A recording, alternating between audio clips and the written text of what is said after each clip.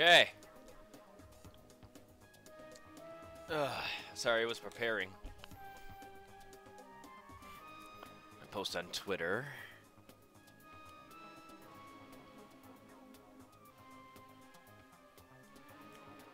You know what? Hang on. Let me refresh this. How you guys doing? My name is Dustin YDU from YDU Games, standing for You Don't Understand Games, and that's why I play them. Welcome back to Danganronpa's Trigger Happy Havoc. Now, I had a bunch of viewers in the last episode who were dying to see what happened next. And I'm sorry I haven't been on since then. I've had a lot of problems. My car got hit by a drunk driver. And it went downhill from there. So, I am back. Just sort of chilling at the moment, waiting for people to show up. Yeah, it doesn't matter. This is going to be recorded anyway. So, let's continue. How do I get out of here? Ah, there we go. Now, when we last left off, we discovered that there is... You can hear me, okay? Yeah. That there is... Oh, you can't remember the guy's name. Something Jack. Genocide Jack is among us, and he has proof. You can see me okay, right? Hold on. Yep, you can see me just fine. Alright. Koko Koi Shiragai. I am bad with names, and I cannot... I'll call you Coco. I'll call you Coco. How's it going, Coco? This room should be filling up pretty quick because people are dying to see what happens next. Genocide Jack is among us.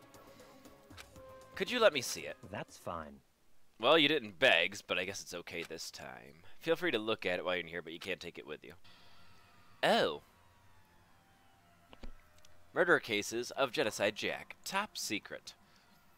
Byakuya handed me the file, and I flipped through it with tense, nervous fingers. Suddenly, my hand stopped. I had reached the page where the photos from the scene of each crime had all been collected. Oh, they're going to show it to us.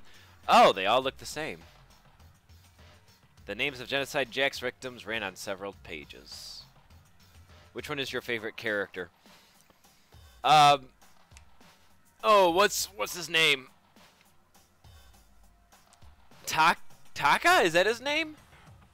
You know, the guy with who is obsessed with school and studying and stuff. Let me turn on the light over here. It's getting dark pretty quick outside. I might flash in the webcam for a minute or two. Taka? I think that was... Anyway. Ken Harada, 32, blah, blah, blah, 17, 23, 14, and 30, all different ages. There was no end to it. But one thing became perfectly clear as I read. All of the killer's countless victims were killed and suspended in exactly the same way. And at the scene of every murder, the word bloodlust was left in the victim's own blood. Now take a look at the next page and you'll find another interesting tidbit. The next page?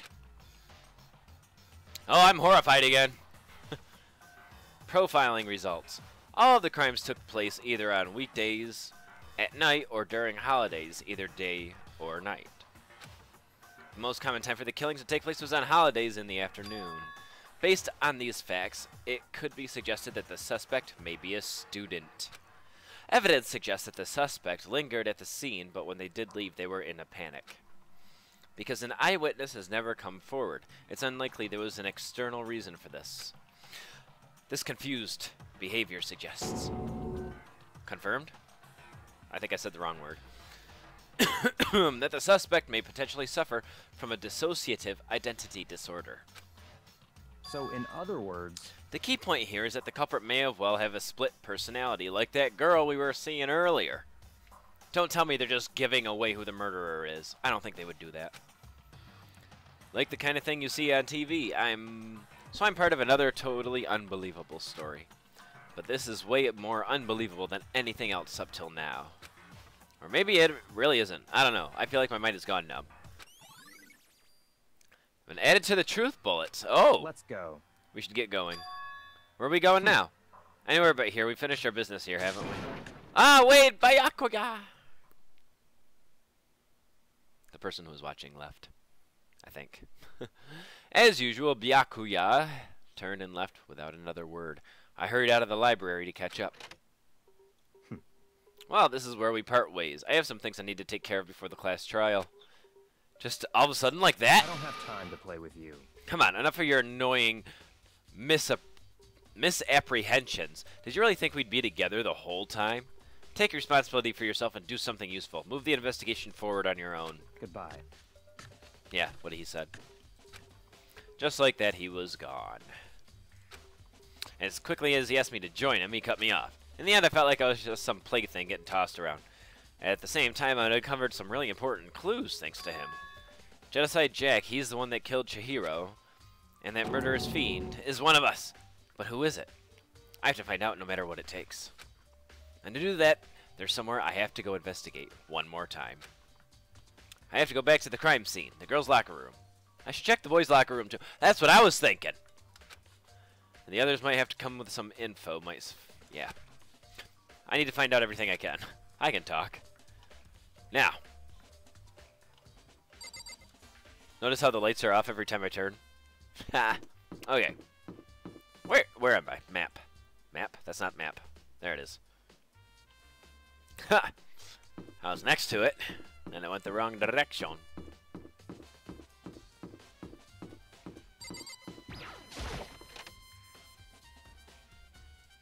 Anybody in here just waiting for me to say hi? I really don't want to talk to you. Fumi has discovered evidence revealing the identity of the culprit. I feel as if... Another stat increase for me. Evidence? What did you find? I cannot reveal that just yet. That's it. But I I'm sure of guarantee it. what I found will steal the killer's breath from his lungs. Are you sure? Oh yeah, Miss Luden. This is why I don't like him. He doesn't shut up. Miss Ludenberg said she'd witnessed something worthwhile too. Really? What did she see? Well, it would seem... She refused to tell me. It's like when a girl bullies the boy she likes, right? Right? Okay, well, where's Celeste now? The warehouse... The warehouse by the dorms. She was there, but at the same time, not there. Okay, but I want to check the boys' locker first.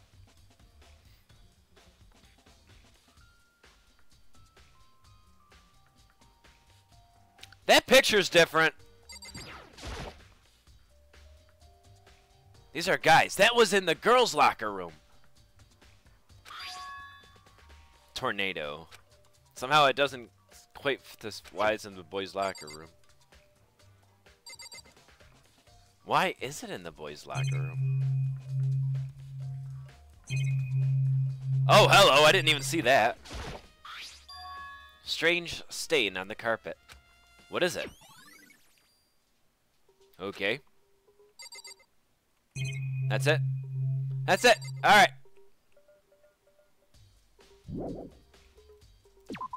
Back to the girls' locker room. Let me guess he's still in here just chilling like a moron. This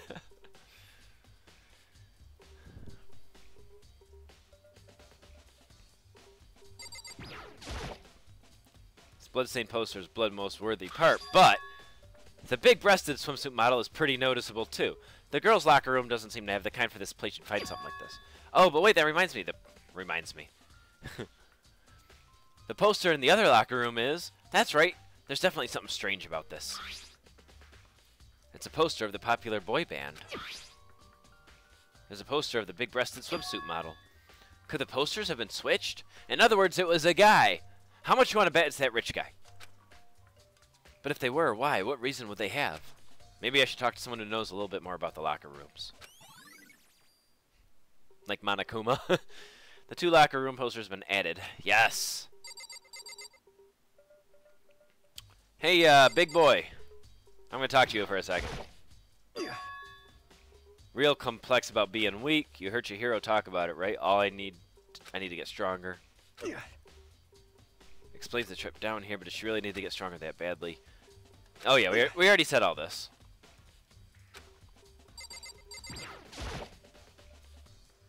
Made any progress on your investigation? Indeed. Generally speaking. However, But I have to get going. I have something unrelated to take care of. Something besides the investigation? What is it? well, Nothing you need to worry about. Just concentrate on the murder. I love her. I am so in love with her. But, so then, before I let you go, let me give you one piece of advice. You should examine Chihiro's body one more time thoroughly. Also, her handbook is missing. You might want to determine its whereabouts. goodbye. That's it. I'll be praying for your success. She left. I guess I'll take another look at the body. Chihiro's handbook is missing. That's definitely worth worrying about. Okay. Alright. Thoroughly, but I do have my limits. I'd better give it a shot anyway. Let's see. The hands are bound with what looks like some kind of rope. The rope that was used to prop her up in some kind of crucifix position. Huh? The rope has a plug?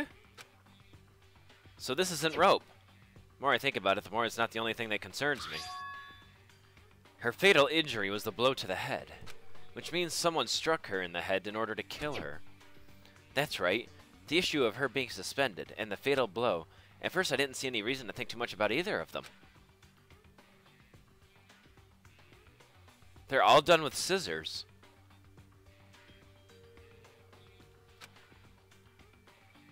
What does it mean? It means we have a copycat. And there's only one person who knows about it. Truth nature of the rope that was used to suspend and to figure out a certain place I need to revisit and look over again. Plus it might help to look at the Genocide Jack file one more time. Oh boy. The door leads out to the pool. Very observant. I was sort of trying to leave. Where did he say Celeste was? Yeah, yep. Yep. That's it. Yep. Well, it was. Where is Celeste? Warehouse by the dorms. Okay. No! Can I get out of this? I feel as if. Oh my god. Well. Thank you. More to left waiting for me to... What?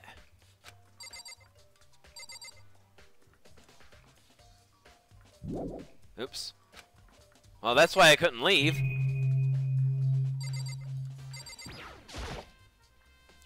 Surveillance camera. Been watching Chihiro was killed. They must know what happened. They're still forcing us to go through with this.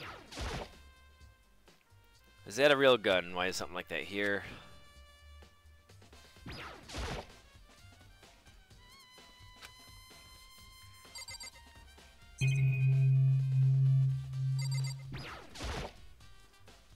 Bunch of different pulley-related items. No clues left. There. Okay. Oh, my brother's home. So I have to talk to one more person in here. I'm guessing.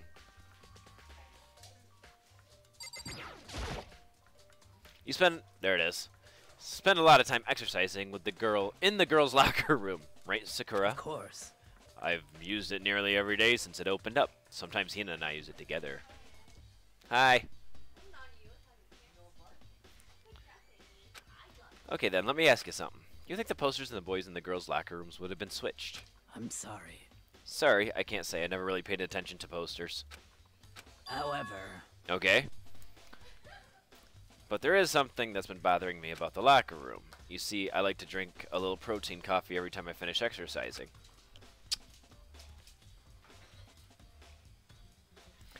We have protein coffee in the warehouse. It's not the highest quality, but I don't have a lot of other options. I mix protein powder with coffee and down a glass of it after exercising. Anyway, the other day I spilled some of it on the carpet in the girls' locker room and it left a stain. But there's no stain. of course. Exactly, I noticed it earlier. The stain had disappeared. Someone came along and cleaned it up. Why is it in the boys' locker room? Unusually clean, as if there was never a stain here to begin with. Okay, do I have to go... Didn't mean to do that. Hey, not yellow Pikachu. What's up? I still like calling you New York Pikachu because of the Escapist episode.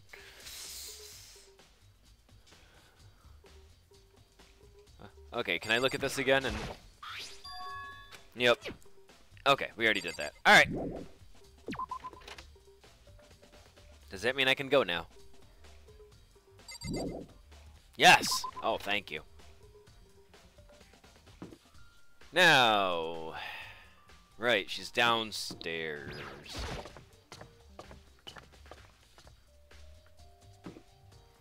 He said I gotta look at the case. See, there's always one thing that makes the investigation stop, and I'm trying to avoid that.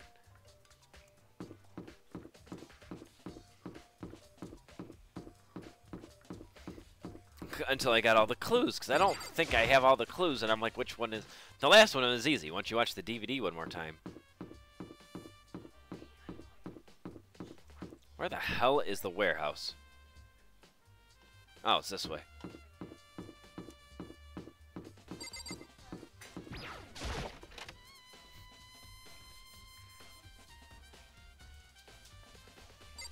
Hi, Celeste. What are you doing in here? This warehouse is amazing. It's absolutely everything one might need to live a full life. From food to clothes to towels, there's an endless supply to choose from. I see that, but have you found anything related to the case? Most unfortunate. I knew you were going to ask me that. I thought about talking about the warehouse itself might misdirect you, but I see it was pointless. Then you did find something. Very well, I will tell you, and only you. Actually... Last night, I saw her here. Chihiro was in the warehouse. Really? Indeed. This was right before nighttime. What are you doing out this late? Oh, I was just... Are you planning to go exercise, perhaps? What? How did you know? Because I can see a blue track jacket sticking out of that duffel bag you're carrying. Oh, you're right. Thanks. Well, I'd better get going. I'm kind of in a hurry.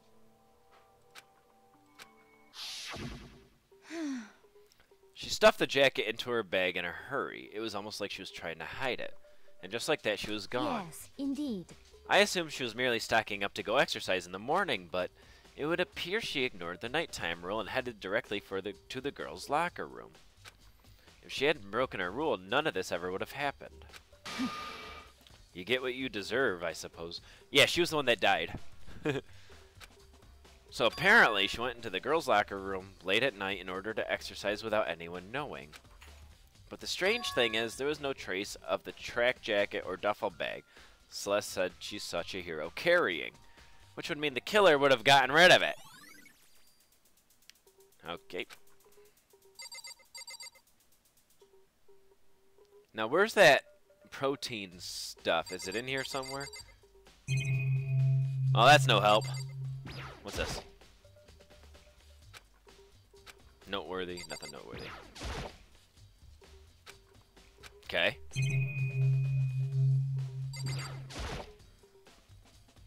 Fridge Sayaka mentioned. I don't see anything noteworthy.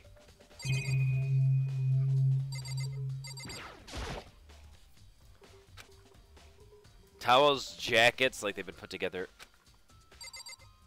Okay, maybe it was nothing. There's all kind of stuff piled up everywhere. Yep. No, the camera's nothing. Look at. Cameras are everywhere in the school. A surveillance camera, the mastermind must have been watching as Chihiro was killed. They know it happened, but they're still forcing us to go through with this. Now that's everything? That's everything. Okay. Okay, good. That wasn't the end. What now? I have an idea. Oh, hi, Minecraft Builder. How you doing? And thank you for liking my Escapist series. I'm not done with that, but people... Oh. When did you get here? Yep, his name was Taka. He's my favorite. Yeah, people who were watching last time were really intrigued with this game, and I stopped it in a spot where they were like, no! So I'm back to play it again. I have a dog hair on my eye or something. How unfortunate. Maybe we should have confessed our embarrassing secrets after all. Damn it! I'm sorry, Chihiro. It's all because I wasn't strong enough. Mr. Sheepton, how are you?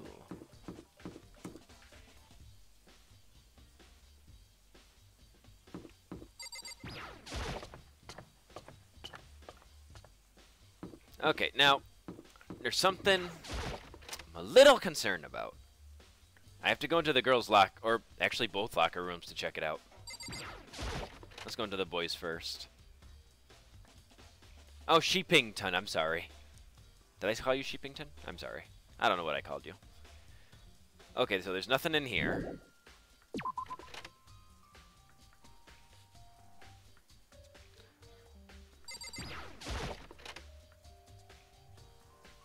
There should be an open locker in here somewhere.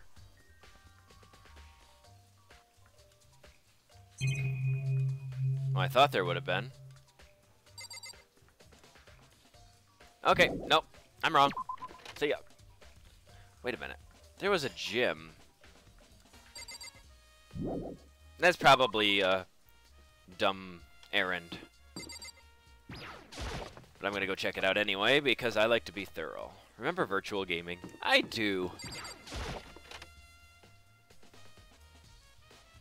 Nope, nope, not what I was thinking. Never mind.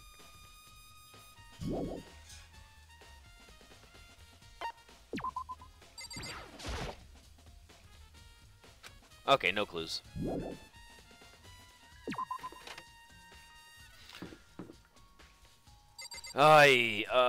There's only one thing really left to do, isn't there? Wait. Where's the laundry? Laundry room, where's that? There's a laundry room somewhere. Because they got rid of the jacket.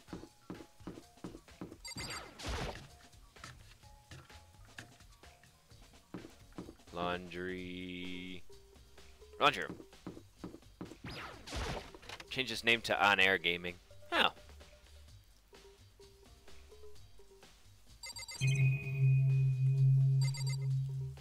Okay, no jackets.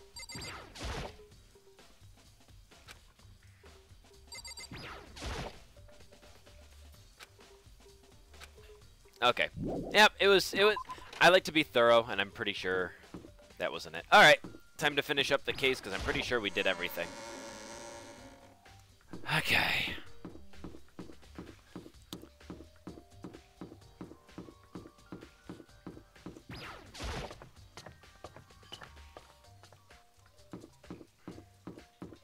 Anybody hiding in here? No? Alright, to the library. Anybody hiding in here? No.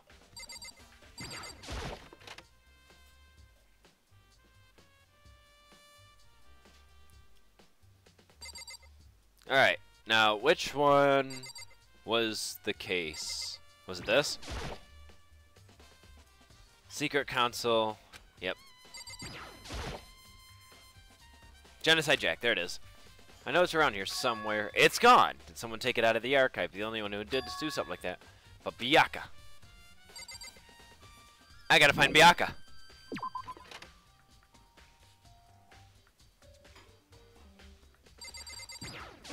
Where the hell would Byakuya go?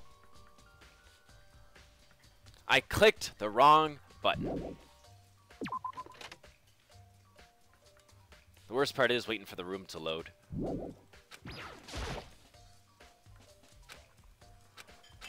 Wait, what? Still more I need to check. Oh, we're not done! A cord! We were talking about a cord. I see a cord here. Thick layer of dust on top of the desk means it's gonna cool your dust. Not. Lamp won't turn on. Oh, I see it's not plugged in. The lamp's cord isn't long enough to reach the outlet from here. But the last time I saw it, it was definitely on. It was definitely right here. Byakuya was using the extension cord. But there's no extension cord here now. I wonder if... Yes! Okay, we got what we were looking for. I forgot about the cord thing. Okay, now where the hell is Biyaka? Where would he go? There's only one classroom here, so let me just check this out. I've never been in this room.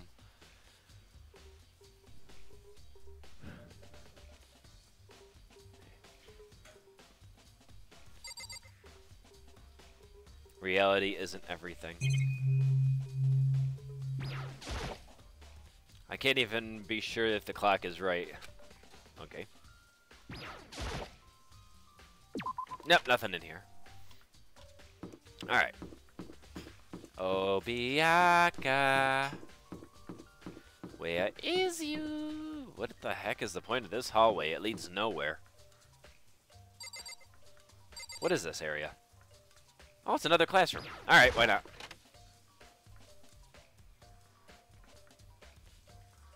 The baby is sleeping. Please be quiet. Nothing. Okay.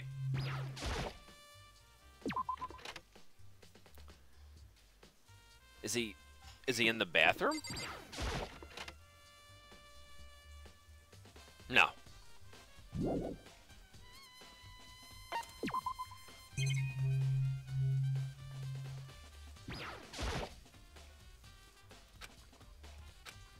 Okay, no clue. Alright.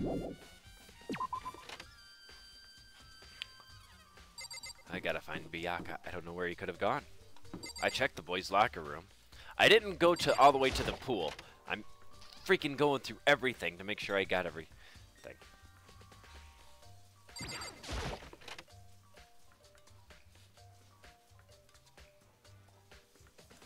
Watch him be in here the whole time. No? Okay.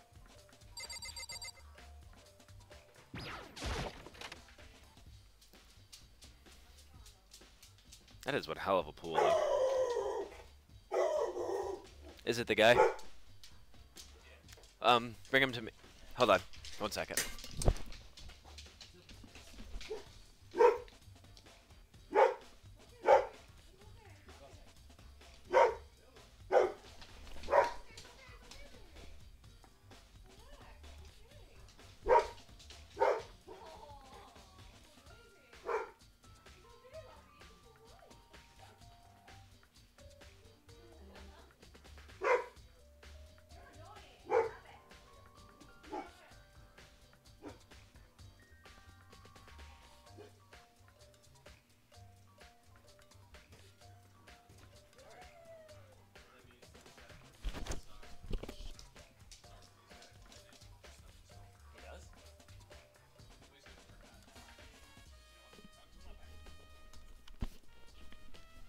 Okay, I'm sorry.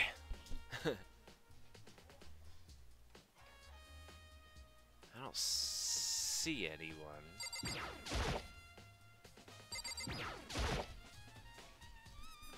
Okay, no clue there.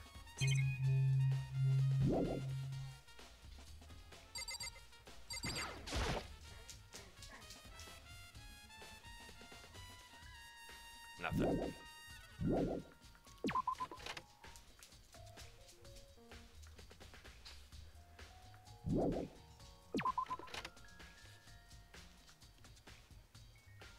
Guy has bad timing.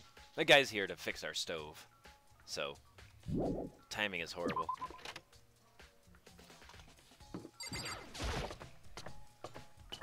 Because now my dog's gonna go nuts every time something turns around. Now where the hell's Biyaka?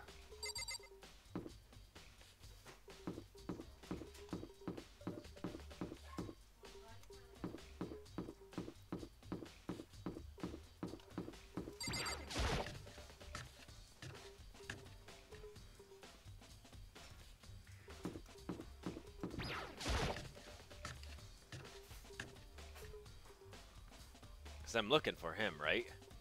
Oh, hello. She won't come out. She keeps mumbling. Genesee. You left her? My head was all swimmy and I was getting pretty hungry. Yeah.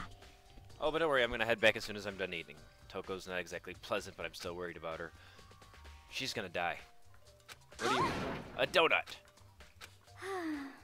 There are two things I'm sure God created. Outer space and donuts. Really? Bet Chihiro would have liked to eat more donuts. Maybe that was one big regret. I should have tried to spend more time with her. Come to think of it, who did she spend time with? Well, Didn't really hang out with the other girls much. It was like she was trying to keep her distance from us. Sakura said something similar.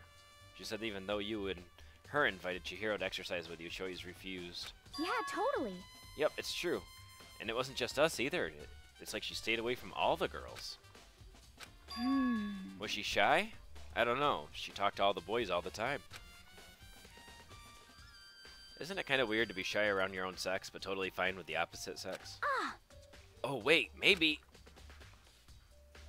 Muscle Grandma with 6 abs. I love your name. Hi. Maybe she was used to guys spoiling her. The law says you can't judge a book by its cover, right? You think so? I never really saw her as that kind of girl. Okay, the investigation is over.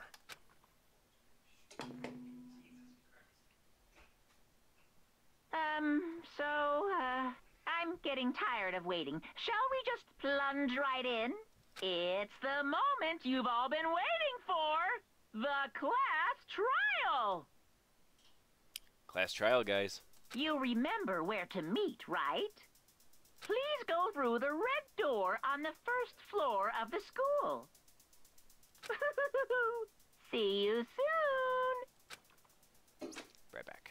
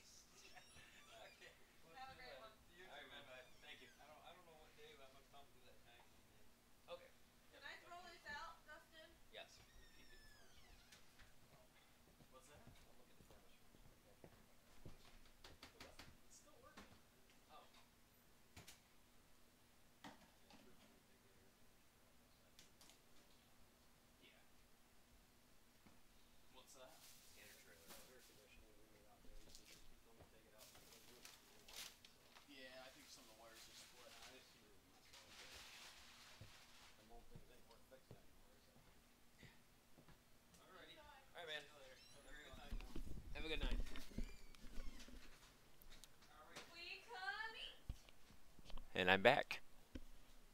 Got all that out of the way. My dog's gonna come racing out of here. There he is. Oh, got our stove fixed. That's what was going on. Boop.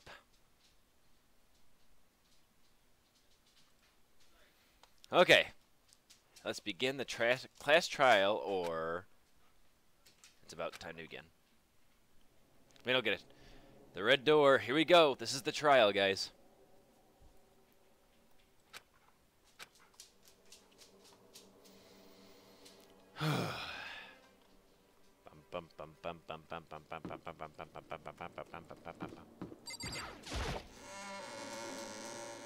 And everyone's here, including Monokuma.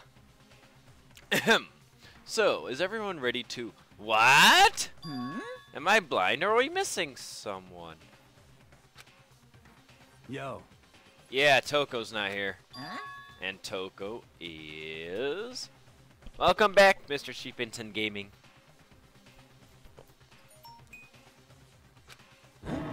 You really don't remember?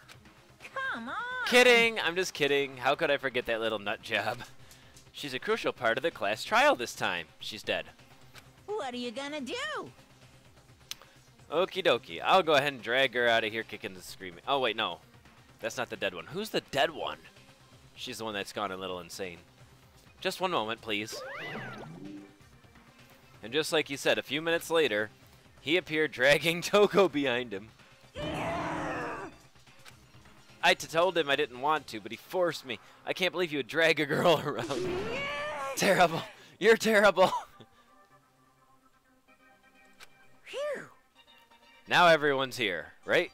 No, someone's dead, and it's up to us to figure out who did it by going through the class trial and going through all the truth bullets that I've accumulated part of last episode and this episode.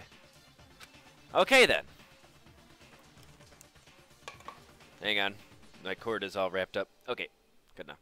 Let's hustle down to the elevator and let's get this show on the road. I'll see you guys down there. Let's go. So, shall we get going? It's time to find out who killed Chihiro. Chihiro Fujikahi. She was so gentle, so calm and meek, nobody had any problems with her. Someone made the choice to kill a girl like that. And that murderer is one of us. Someone standing right here. Now where the hell have you been? I gave you plenty to work with. Show us how far your logic can take you. I just told you it's not a scam. Don't say tell me after I answer your question. There's something odd about Toko's behavior. I don't think mere shock is enough to explain it.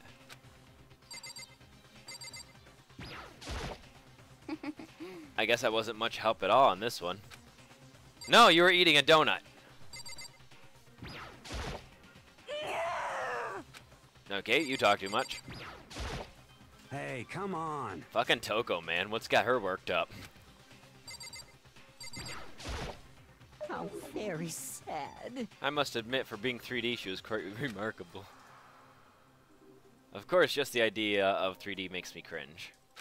Okay. Taka. I don't know why the killer did what they did, but I'm sure it'll work itself out. Justice always prevails, right, bro? He called me bro. We're bros now. Well then. I will uncover the villain who performed such hideous acts on a weaker individual. I hope so. You ready? We doing this. Last time it was the last person you'd expect. Shall we go? Let's go. And she's been helpful, like, with every case. So that's everything. That's everyone. Let's go. This is where it gets interesting. We have no choice. We have to do this. It's true. Yes. I gave a small nod in reply. With one last breath, I walked towards the elevator on shaky legs. Lips are getting dry. Talking too much. With each step forward, I could feel my heart starting to race faster and faster.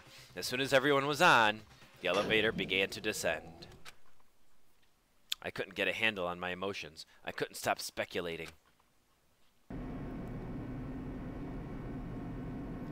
The steel box sank with heavy clunking sounds deeper and deeper into the ground. As we went deeper, the uneasiness in my heart grew bigger and bigger. The elevator was unaffected, however, and continued to descend without hesitation. Until finally... We're here! Ding! It came to a sudden stop. What do you think? I redecorated. Isn't it so fresh? Isn't it so exciting? Don't waste our time with stupid questions. Let's get this over with. Very nice. Good, good. You're rip-raring to go. Gotta say, I don't hate it. Not at all.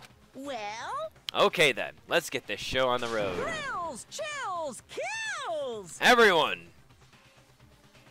England is my city. Congratulations. Everyone, please find your assigned seats. So in this one, Mr. Shinkpton Gaming, I don't think you saw the last episode. We either have to find the person who killed Chihiro, who is actually dead right now, or if we get it wrong, this bear kills all of us. And he doesn't look like much, but he's a genius. He's like a super mastermind. Let's go! And so the curtain opened once again. A deadly judgment, a deadly deception, a deadly betrayal. A deadly riddle, a deadly defense, a deadly faith. A deadly class trial. Ding! You want to save? God dang right I want to friggin' save. Put on number 15, bruh. Save. Okay. Prep time. We have to... Oh, set skills. Finally, we can do that. Increases the influence gauge by 2. Effective during the class trial. Well, what else is there? Oh, steal patience. What's this? Reduces damage to the influence gauge when you miss. Effective during the non-stop debate, the Hangman's Gambit, the bullet time battle, and the closing argument. Increases damage to the opponent when the statement is destroyed. Effective during the bullet time battle. Okay, I want this one. Increases the influence gauge. Oop.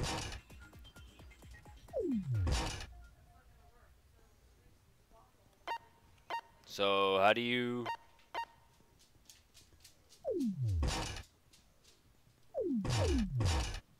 Oh, I already have it, in other words.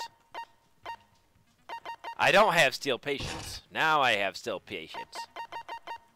I don't know where to get all these, I don't know where to get all these freaking skills, man. Okay, that's everything.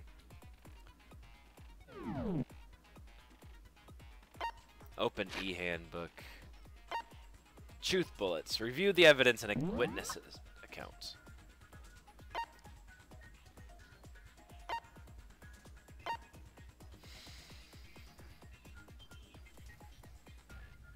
What's this one say? Chihiro had told anyone willing to listen that she wanted to get stronger. Assumed that due to her inferiority complex about being weak, she admired strength more than anything else. Card reader. To unlock a locker room, you need to swipe a e-handbook. The e-handbooks of each student that has died has been placed in the mailbox. But one of them is found broken. Genocide Jack victims. Kept her distance. Stain. Okay, I think I'm prepared. Ready? Here we go, guys.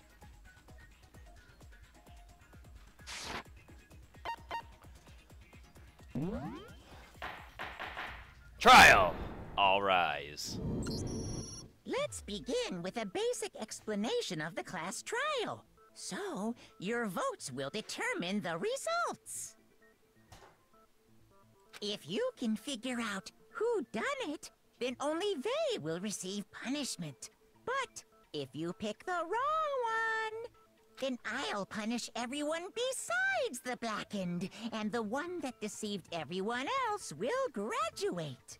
Okay, then. So, first off, let's talk about the murder weapon! First, we have to make it clear what was used to deliver the fatal blow. It was the weights. Make your argument. Locker room dumbbell. Yeah, that. Chihiro's fatal injury. It appears it was a head wound. Yes. According to the Monokuma file, the killer used a blunt instrument. But what kind of blunt instrument could it have been? I bet it was an iron pipe. Interesting. That certainly would make for a powerful weapon. Poor Chihiro. I don't remember how to do. There was something with a blood stain on it. Yeah. Chihiro's fatal injury. It appears it was a head wound. Yes. According to the Monokuma file, the killer This is used so a difficult. blunt instrument. But what kind of blunt instrument could it have been? We knew that. I bet it was an iron pipe. Interesting. That certainly would make for a powerful weapon. Poor Chihiro. I'm shooting it. Why isn't it working? Chihiro's fatal injury. It appears it was a head wound. Yes. According to the Monokuma file, the killer used a blunt instrument. But what kind of blunt instrument could it have been? I bet it was an iron pipe. Oh, now I got it. Oh my god. Break. Can we agree that the object that dealt the fatal blow was the dumbbell, found at the scene of the crime? It was covered in blood, and there was nothing else at the scene that could have caused that kind of injury. And the wound on the victim's head is consistent with the shape of the dumbbell. As far as I'm concerned, there's no mistake That's and right. no room for doubt on this one. You looked at her head wound? Yes! That's so creepy! She is my favorite. If you don't mind, I will proceed from here. Let's move on to discussion of the culprit. Okay. Although, I believe the criminal behind this heinous act is already quite clear. What? For real? Chihiro's killer is the fiendish serial killer, Genocide Jack. The fiendish serial killer. Did he really kill Chihiro? A new element has been added to non-stop debates. Would you like to hear more? Okay, I don't remember. Lines of white noise will appear to disrupt your reaction. Truth bullets will disappear if they hit these lines, so think of them as obstacles. But there's a way to keep this white noise from getting in your way. Press the right mouse button to attach the silencer, which you can shoot down the white noise. However, if you shoot an actual remark with the silencer instead of the white noise, the time limit will decrease, so take careful aim. Okay. Oh. But if your action difficulty is set to gentle, the white noise won't appear at all. Which in case, you can forget about the silencer and just focus on the situation in front of you. I have no idea who the killer is anymore, because last time they made it clear that it was several people and it was the last person I expected. So now I'm not even sure. Let's continue. Good luck and have fun. Make your argument. Genocide Jack case file. The culprit is Genocide Jack. I'm sure of it. Case closed, as far as I'm concerned. But that's impossible. That's right. Why? What makes it impossible? Well, I mean, come on. There's just no proof for it. No, that's wrong. I hope I got it right. I might know one reason he could be involved. What? I found this file while I was looking around the archive in the library.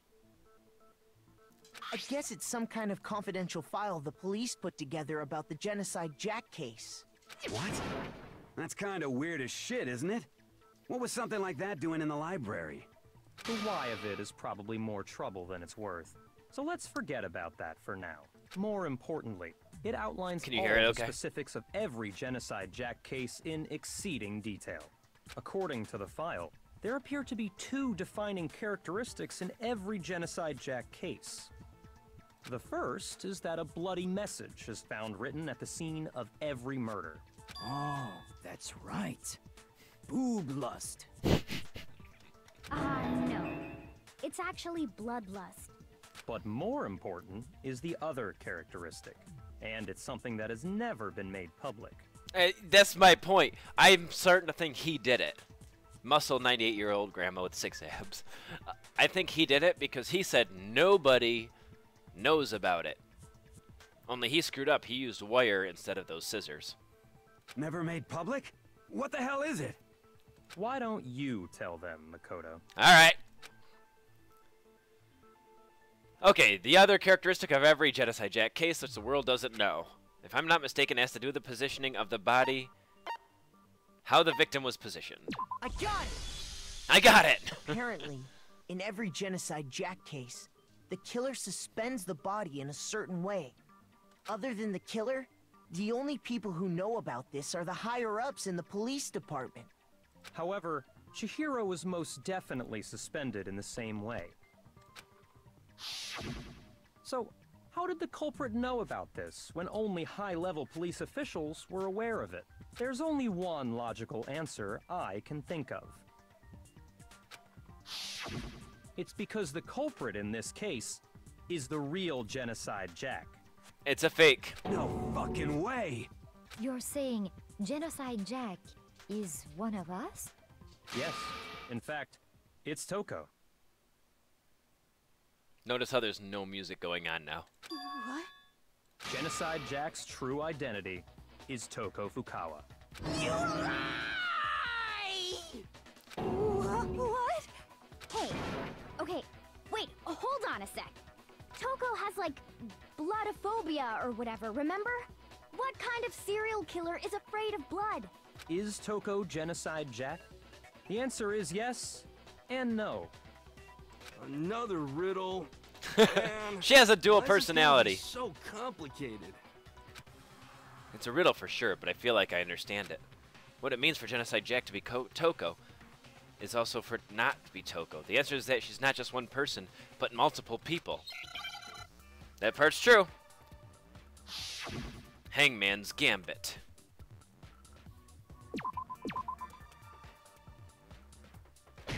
Nope. I don't know what I'm looking for.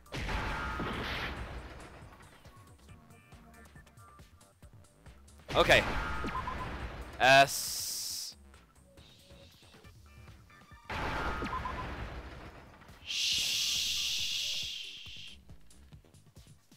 Liz?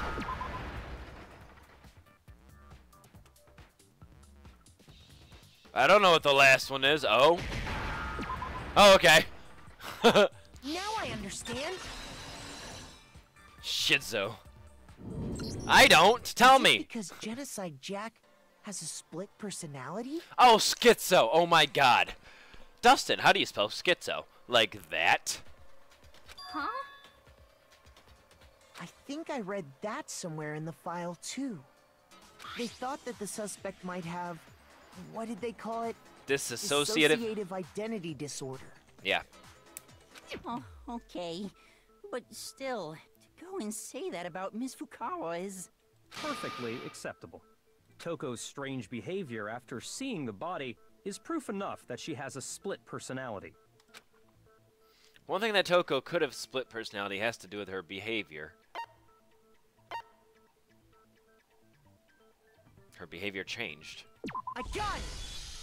That wasn't You're difficult. Talking about how she started acting totally different than usual, right? Oh, I'm sorry. Am I That's supposed to right. click? Think back. She fainted when she saw Chihiro's corpse, and then, when she woke up...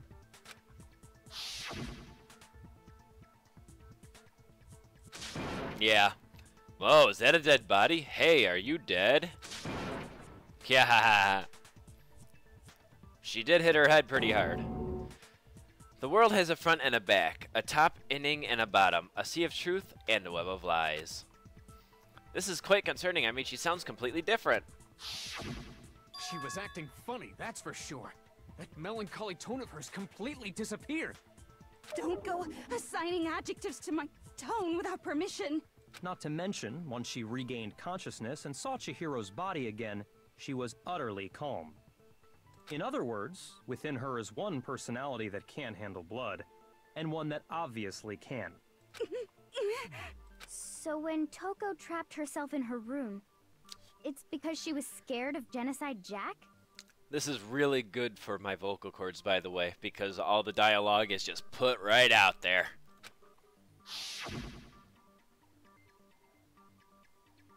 I won't let Genocide Jack have control. I'll drive out the killer, drive out the murderous fiend. The reason she locked herself in her room wasn't to keep other people from getting in. It was to keep her other personality from getting out. What? Toko was afraid. Afraid of the murderous fiend inside of her. Of killing even more people. How? Yeah. How can you know all this? I do believe you misunderstood her. What she's trying to say isn't, how can you know all this? No. What she wants to know is, how could you tell them? Huh? Last night, just before Monokuma gave his motive speech, Toko and I had a strange conversation. She told me a most interesting story. She said a murderous fiend lived within her, and she was afraid it could appear and attack at any time. And that trepidation is what's caused her to have such a bleak attitude. Isn't that right, Toko? This is all a lie.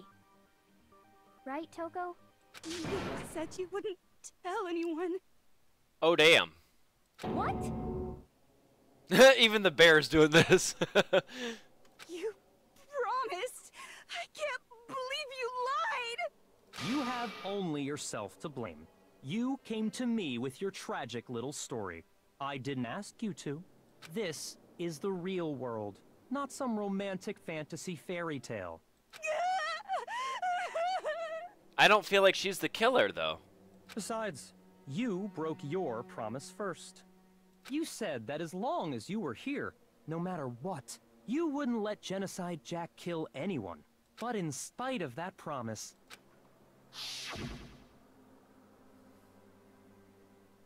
I'm sorry I couldn't keep our promise. I remember that. I won't let Genocide Jack take control ever again. You said if I kept my promise, you would go out with me. That's the only reason I promised. How many times do I have to tell you? I never said that. Oh, damn. But you weren't able to do it. You just couldn't resist that rush you got from killing, could you? I tried. This is a long beginning part of the trial. To control it, but... This is a long beginning of the trial, by the way. But your efforts were useless. What a disappointment. I hate you. Well, the opening act is nearly finished. All that's left is to hear from the person in question directly. The person? You don't... Toko's body suddenly lunged backwards. Thud. Her split personality came out. Well, hello there. Is it me you were hoping to see? Genocide Jill? Really? What the heck? So you figured it out, huh? Well, whatever. What are you gonna do? I'm the ultimate murderous fiend, Genocide Jack! Or better yet, let's go with Genocide Jill! What the fuck is this? Toko, what happened to you? Not Toko. That's a loser name. And what happened is a textbook split personality. So what if one of them happens to be a serial killer? You should turn a blind eye to one's faults. So intense. Like they say, sound in murderous mind, sound in murderous body. This one is so different from the one we've come to know. Yes, well, the world is composed of a front and a back, you know. Just like how every inning has a top and a bottom, or how in the depths of every truth lives a little lie. That's nice. But I don't think she's the killer. Behind every dark and gloomy soul lives another that shines as bright as the sun! This is the murderous fiend Genocide Jack. This is beyond insane. Miss Jack, Jill, can I ask you a question? What's up? What's up? Some of us think you might be the mastermind behind our entire situation. What are your thoughts on that? Well, I'll tell you, I am the mastermind of all masterminds! Oh, damn. Do not call out Monokuma. Just kidding!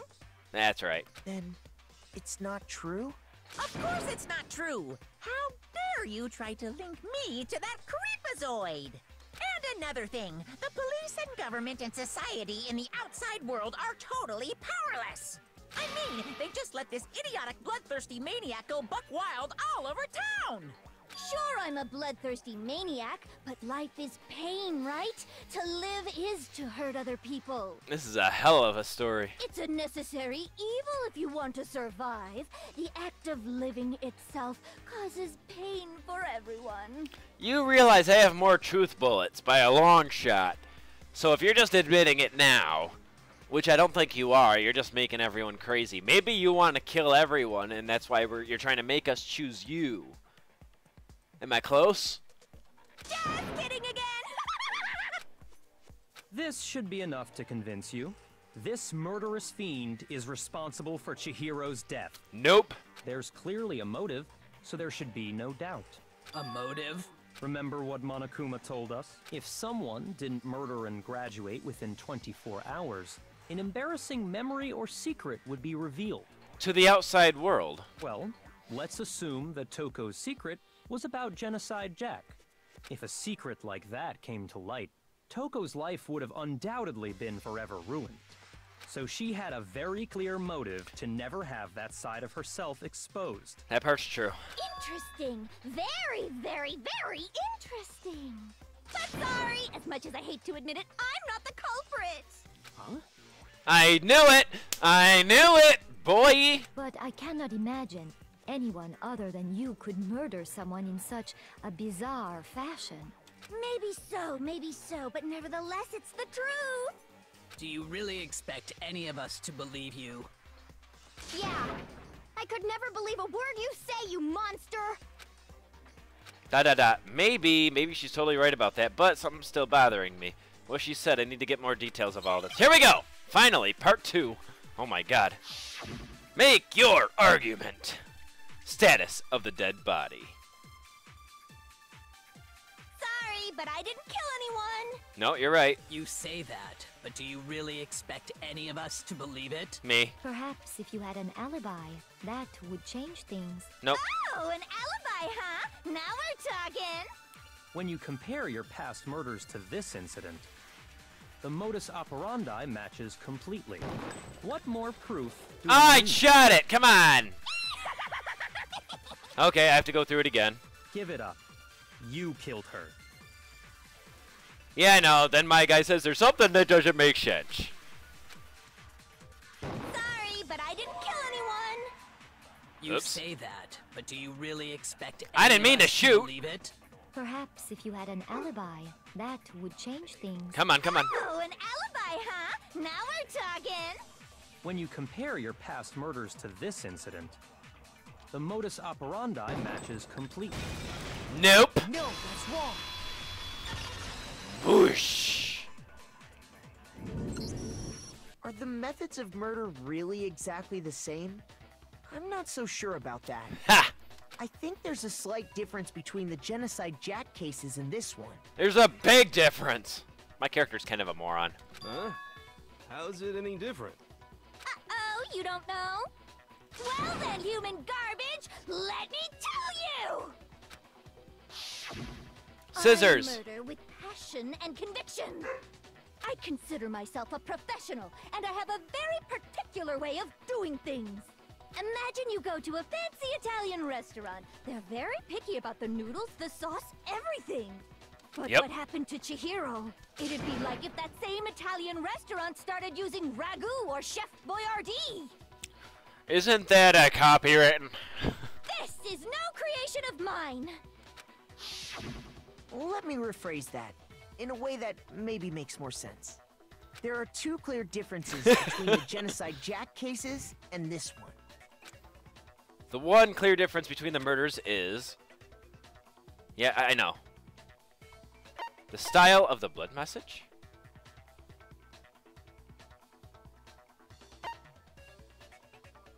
I was talking about the scissors. Maybe it's this. I got it! Okay, I'm right. For one, the cause of death is different. In the Genocide Jack murder, all the victims were killed the same way. By scissors. According to the case file, they were all apparently killed with a pair of scissors. And then hung by him. But Chihiro died from a blow to the head, right? Ah, yes. That is remarkably Thank different you. from the other murders. Remarkably different. Not a little different, remarkably. Wouldn't it be strange for someone who kills the same way without fail to suddenly change their method? And there's more. One more conflicting detail. The scissors? That's right. In my recipe of murder, if the bloody message is the tortellini, then the arrangement of the body would be the pesto sauce. Could you please stop comparing killing people to cooking? No, she's comparing it to sauce. So, are you saying the other difference has to do with how the body was arranged? Yes. Okay, here we go. Pose what was used to suspend her. I got it! Do you remember what the killer used to suspend her? They used some kind of rope to hang her up by her wrists. You know it's a cord. Say it's a cord. He's gonna bring up the cord thing later. What is your point? Well, in all the previous Genocide Jack cases, something else was used to suspend them. Specifically, pairs of razor-sharp scissors. And guess what? I used my own specially designed scissors for the murders and the arrangement. Like I said, I'm a professional, so naturally I'm very picky about the tools I use. That's right. And you know what else? Big Mac said there's two differences, but he's wrong. Big Mac? Are you referring to me? Listen up, Big Mac. There's actually one more difference. Huh? Yep. My word, you really didn't notice? Take a look at who the victims were in each Genocide Jack case. There's a pattern there, just waiting to be discovered. Spoiled Monokumas. That's not a spoiler. We've known that for a long time. A pattern? Figure that out, and it'll be plain as death why I couldn't have possibly killed that little lolly girl. Let's see. Pattern surrounding the Genocide Jack victims and Chihiro didn't fit. If you look at the names of every victim, what you notice is...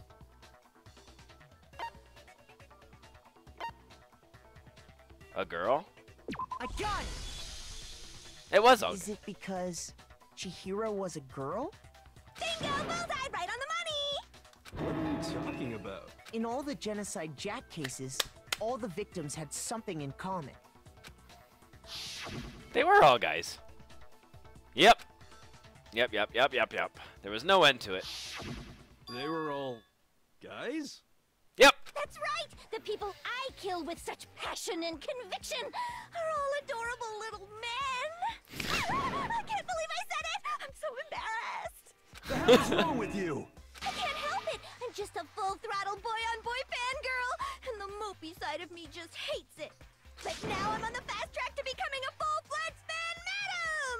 Yay! So since Chihiro was a girl and not an adorable little man, you wouldn't kill her? Would an Italian chef suddenly start making ramen just because they're both noodles? Don't be stupid. Boy, she really likes Italian stuff. I have too much passion and conviction to cross that line. That's the absolute reality of the one and only. We get it. You've clearly explained your hobby and your philosophy. But that's not all there is to it. It's a different matter entirely, when you're forced to kill in order to survive. Quiet, lowly cur! Lowly cur? I would never kill for a reason as petty as mere survival. And if by some fluke, I did kill to survive, why would I bother with the message and arrangement? It'd make me the obvious suspect! So someone was trying to frame you. Guess who's the only other one who knew about it? That does make some amount of sense. Plus, whatever reason I have for killing, I would never leave out my prized scissors. Who would go out of their way to use a big, stupid, heavy dumbbell? Maybe you used the dumbbell because you couldn't find any scissors in the school? Any scissors? I don't just use any scissors. I only use my own set of high-class envy of the entire world scissors! Okay, whatever. There still aren't any in the school. Are you sure about that? Notice how the music just shut off when she said that.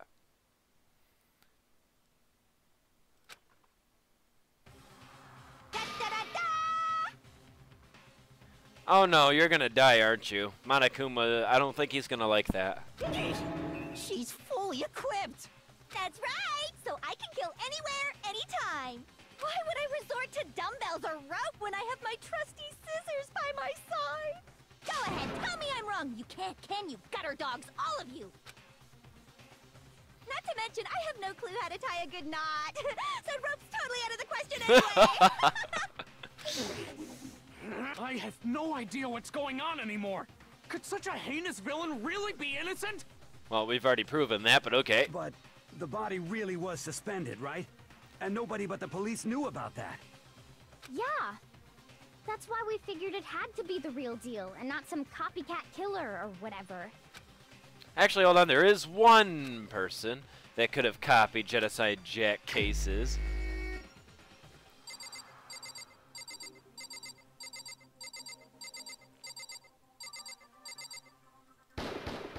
Here's my answer. Byakuya, it's possible you could have found out, isn't it? You'd have no problem gaining access to classified government documents or internal police records. Plus, you'd already looked through the Genocide Jack file before this all happened, hadn't you? Da. He doesn't seem to care. Are you saying Mr. Togami did it? Da. Then the reason he pushed the theory of Genocide Jack being the killer so hard was because he wanted to pin the crime on her.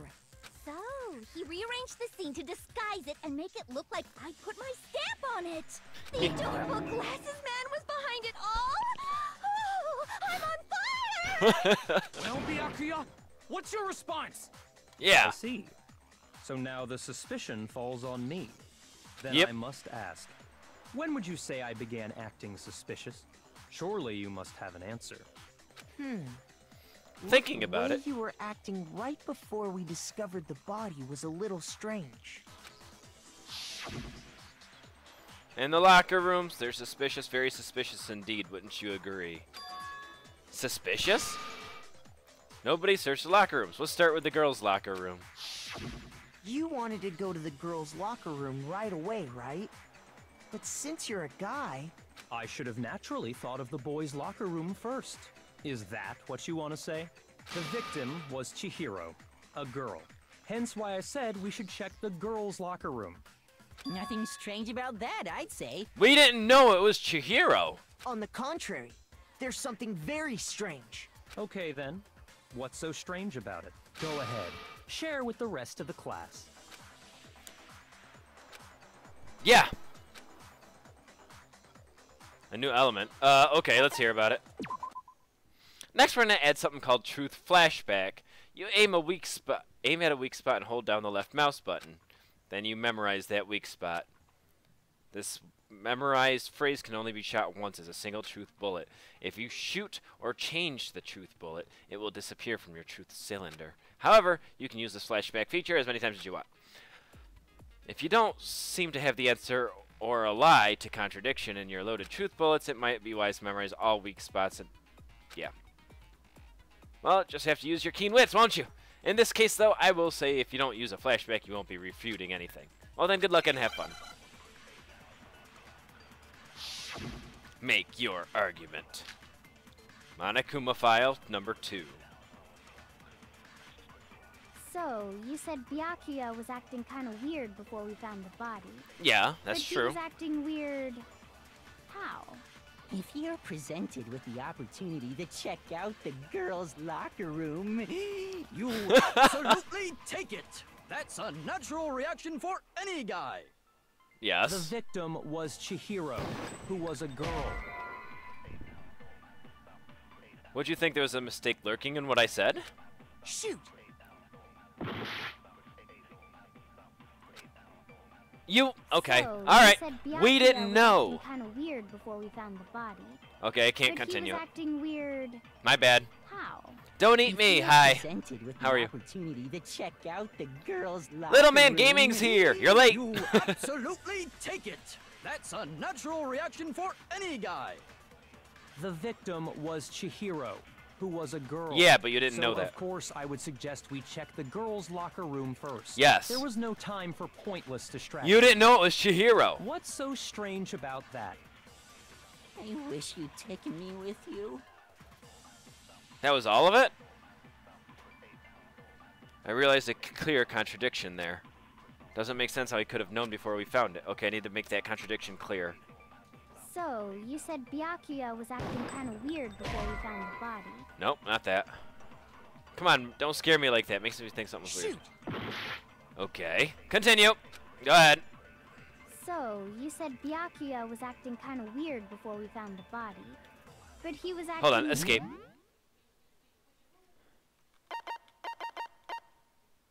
Yep. Okay, you can hit the control speed to fix...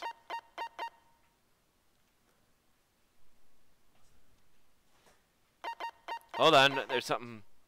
Move the mouse wheel up or down to select a truth bullet. Oh my god. Okay, let's try it. If you're presented with the opportunity How come I to can't... check out the girls' locker room, you absolutely take it. That's a natural reaction for any guy. The victim was Chihiro, who was a girl. So, of course, I would suggest we check the girls' locker room first. There was no time for pointless distractions. What's so strange about that? I found a weak point, but I don't know how to load it.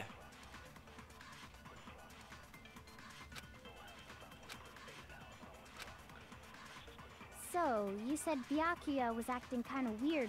Yes! Oh my god, how do I do this?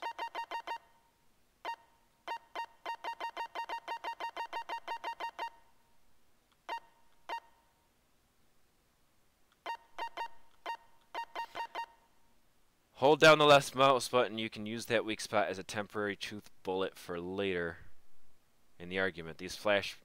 What? Because this is the truth bullet flashback. Hold on. Not yellow. What'd I miss? We're in the class trial. It was not that girl who has a dual personality because she has a very specific way of killing people, and it was not the way she does it. Okay. Target the weak spots and hold down the left mouse button. Hold it down. Because you can use that weak spot as a temporary truth bullet for later in the argument. Okay. But he was acting weird. If you're presented with the opportunity to check out, that's a natural... The victim was Chihiro, who was... So, of course, I would suggest we check the girls' locker room first. There was no time for pointless distractions. What's so strange about that? I get it. I wish you'd taken me with you. Byakuya, that's what I'm saying. He's the only one that knows about it, but I'm not 100% sure it was him. So, you said Byakuya was acting kind of weird before we found the That's body. not it! Oh, crappy patties, Shoot! Yeah, yeah. So, you said Byakuya was acting kind of weird before we found the body. Okay, okay. New bullet. But he was acting weird... How? It was the same thing. Oh my god. Opportunity to check out the... That's a natural... The victim was Chihiro. Yes, I did it! No, that's wrong. I'm the master. I'll tell you what's so strange about that. Yeah! Because up until we actually discovered the body, we couldn't have known who the victim was. And you did. So your claim that you went to the girls' locker room first because Chihiro was the victim doesn't hold up. Hello, yellow angry diamond. I see. That's a good answer, I must admit. Usually when you're suspecting someone, though, it might be him. I don't know. Interesting. Very interesting indeed. But your reasoning is still too weak. Huh? How is it too weak? What's wrong? Is that it? Surely you've got more than that. Go ahead. Show us. Byakuya's attitude, it's like he doesn't even care. I've got him cornered, but he's acting like he has nothing to do with it. What's the matter? You're not finished already, are you? There must be more to it. There is. I think. There is more to it. Think about it. I love her! We just talked about the differences between this case and past Genocide Jack incidents. The proof you're looking for is hidden in there. Really? Oh? Proof that I'm the culprit, you mean? Difference between this case and the other Genocide Jack murders, the evidence that proves Byakuya is responsible is hidden in there? What could it be? Oh, here we go! Bum bum bum ba-dum ba-dum bum bum bum bum bum. Library desk lamp. What? The difference between the cases? You want me to explain it again? Please explain it. When I want to kill, I use my very own special scissors. That's I true. use those same scissors to arrange the body. Okay. What Chihiro was suspended with. It was some kind of rope. Was it not? Nope. That's right. It absolutely was. Nope. Then there must be something very fishy indeed about that rope. Hey, Byakuya, where'd you get it from, huh? I'd never seen that rope before in my life. Obviously, somebody else must have had it hidden away somewhere. Damn it. The thing, Okay. What? The difference between the cases? You want me to explain it? When I want to kill, and I use those same... But Chihiro, it was some kind of... That's right. It absolutely was. It was... There must be something very fishy indeed about that rope. Hey, Byakuya, where'd you get it from, huh? I'd never seen that rope before in my life. No, that's wrong.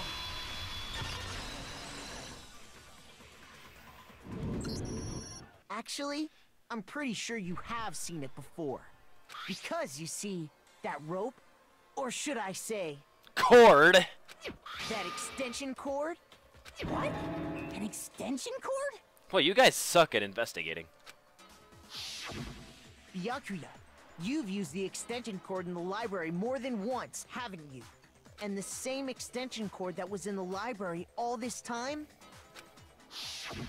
I'm really getting into this. After the murder. And there's no way someone who uses that extension cord as much as you do wouldn't discover that fact. And Byakuya must be the one who took the extension cord. I can't imagine any other possibility. He still doesn't seem affected. That's really what you think? Then your conclusion is something like this? I killed Chihiro in the girls' locker room, then hung her up and wrote that bloody message. I intentionally made it look like Genocide Jack was behind it. Yes. Is that about right? Yes. He's doing it again. He's totally calm, totally unconcerned. And if he's not even involved... Wait, not even involved. What's wrong? I asked you if you think that's what happened. Hell yes, that's what happened. So that's it, right? Byakuya's the killer. I don't disagree with not disagreeing. I love her too. I like her evil side. He kept calling this a game, right? So he'd be totally willing to do something like this to win. No, he wants to be the last one. He likes to wait it out. I'm not sure it's him anymore. Sorry, but could we hold on just a second? I think we need to talk about this a little more. Huh? Do we really need to? We've already decided who did it. Not all of us. I know, but still, there's something that's still bothering me. I have more bullet points I need to use. Is that right? And what, pray tell, is still bothering you? I killed her in the girls' locker room, then disguised my crime. Specifically, I dressed it up to make it look like it was the work of a homicidal psychopath. What about all that bothers you? I fucking love him too. Oh, I'm trying not to swear, but that was funny. Wait! What was that just now? Something's not right. Chihiro's body was definitely found in the girls' locker room, but does that mean... Can I really just accept what Byakuya said was the truth? No, I don't think though. There's something definitely off about what he said. What? Okay, let's try this. Nope.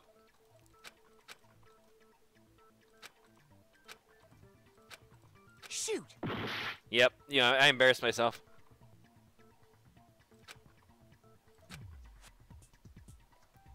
The scene of the crime? I got it! Ow! You say you killed Chihiro in the girls' locker room, right? But are you sure about that? Isn't it possible that the murder took place somewhere else? It took place in the boys' locker room. Because of the posters had to be switched, the floor mats had to be switched. Oh my god, why didn't I think of that? How disappointing. What kind of question is that?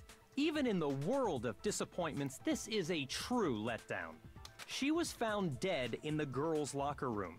There is absolutely no question about that. How could the scene of the crime have been anywhere else? Well, I think it's entirely possible that she was killed somewhere else, then carried there later, along with the rest of the murder scene. The poster, yeah. The rest of the murder scene? That was awfully specific. Please tell me you have a reason for saying all of that. I believe I do. Hey Byakuya, did I just take you off guard? When the story suddenly moved to the crime scene, Byakuya, who's been so confident up till now? Maybe Byakuya never even realized that the actual scene of the crime could have been somewhere else. Hey, don't just move on without permission! What do you mean she was killed somewhere else? Come on, Makoto. If there's any chance the murder took place somewhere else, let's see the proof. Evidence shows that the murder took place somewhere else. There is something about the switch between the boys and the girls' locker room. Okay, I've got 6 minutes to look through it, so I can take my time. Locker room dumbbell. Nope. Mondo's account. Nope. Card reader. Nope. Wait a minute. What was...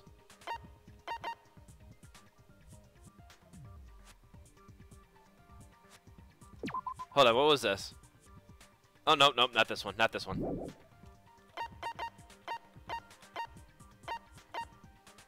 The carpet!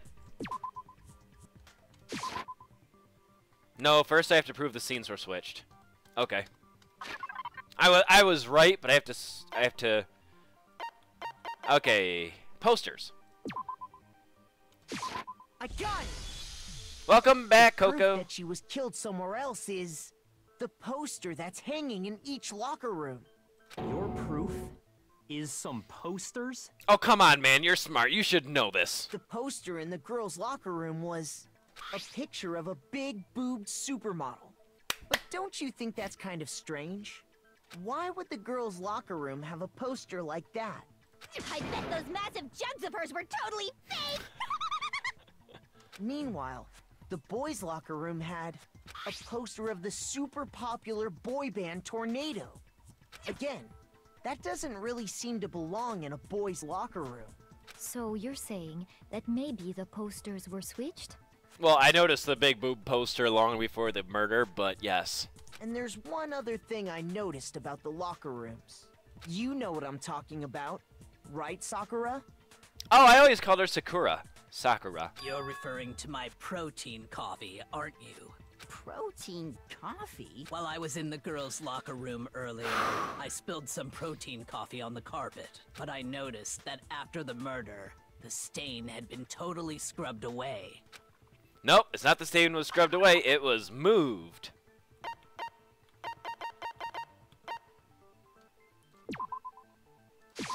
I got it! There we go.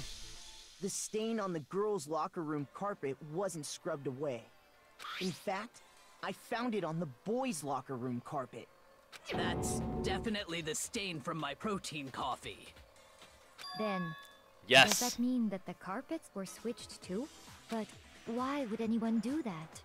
Because of the blood stain. To move the murder scene from one locker room to the other. It's certainly plausible, don't you think? What?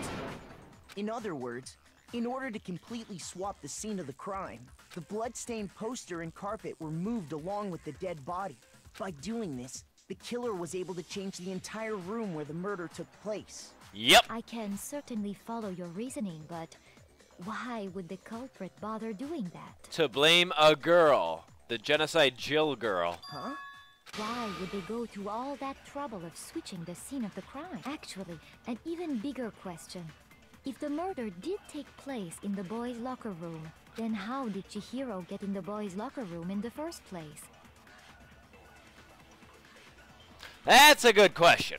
To get into the locker rooms, you have to swipe your e-handbook across the card reader device. But Chihiro's handbook should have only allowed her access to the girls' locker room. She had no way to get into the boys' locker room to begin with. No, she did have a way, and I can tell you what it was. I highly doubt that. Shut up! I'm telling you, I know how she could have done it. Is he right? Could Chihiro really have gotten to the boys' locker room somehow? Oh, here we go.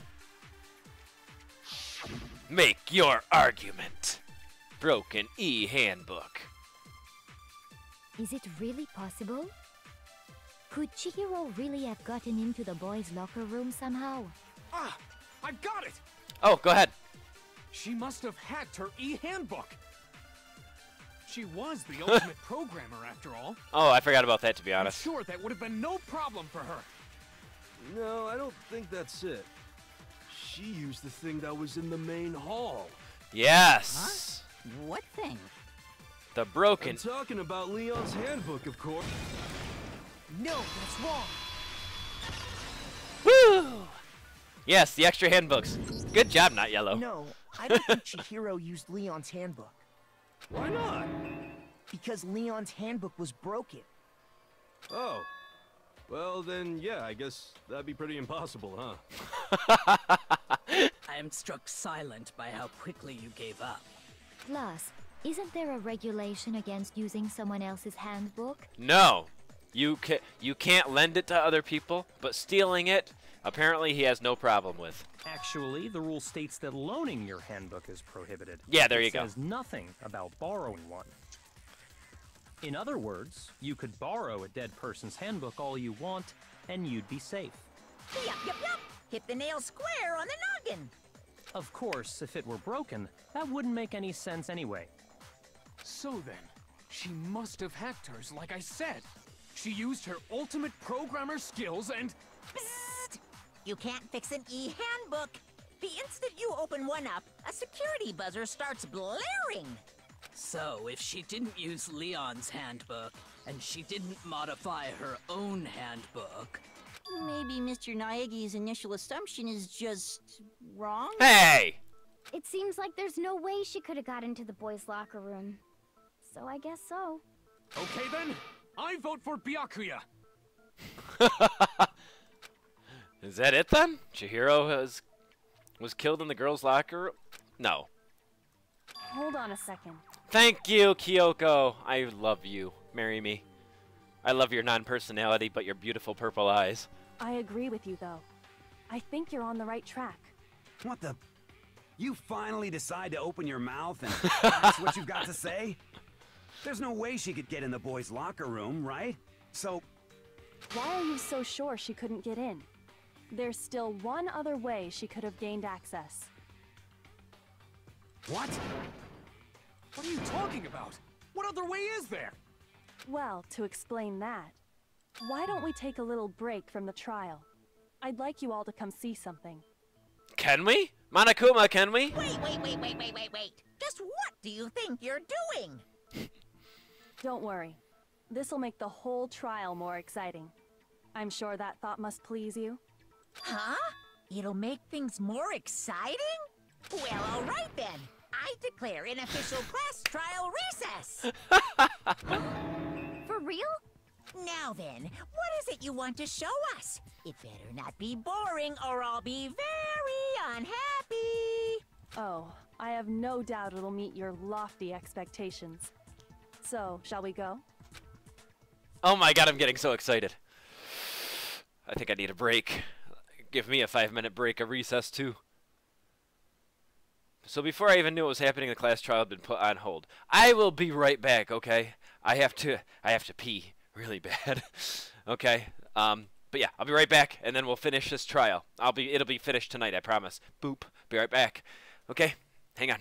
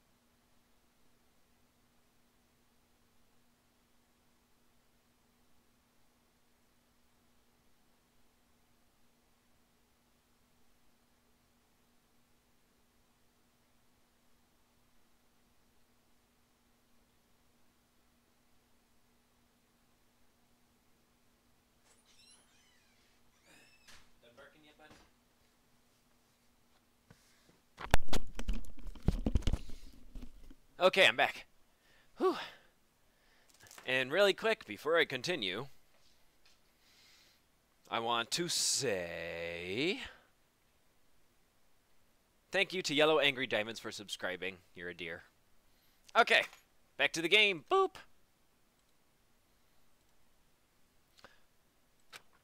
We're headed off with Kyoko in the lead. And where she took us.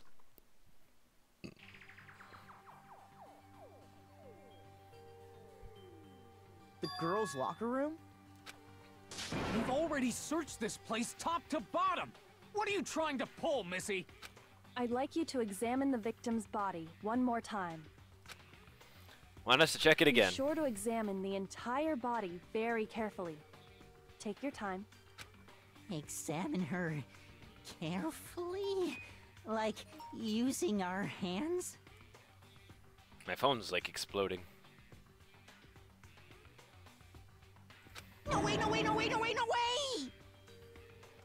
It's probably best if I don't run my hands all over a girl's dead body. It's not that I'm creeped out or anything, it's just based on religious grounds, you know?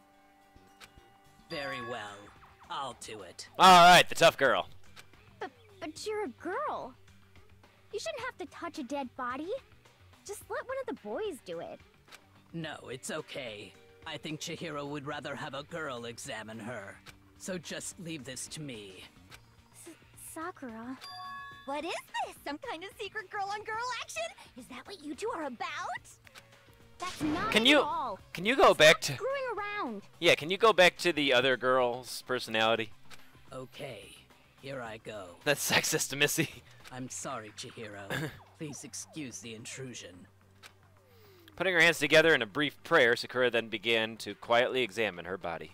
Be sure to check her entire body, and I believe we will solve this particular mystery. Her entire body? I know you say that, but... What? This is... What is this... You don't get freaked out really easily. What is it? Not possible. It's not possible. She's got a penis, doesn't she? Sakura's eyes were staring wildly at Chihiro's lifeless form. Her massive frame trembled. This girl is what? Is a boy. Ah, I see. So she was actually a he. Interesting. You had a crush on her, Thank you for him. confirming this fact. What? You're joking, right? I wouldn't joke about this. Oh my god, he's freaking pulsing. She, that's a she. Then it's really true? Chihiro was a guy? Oh, what? You guys didn't know? Heck, I knew that right off the bat. Chihiro Fujisaki was totally a guy.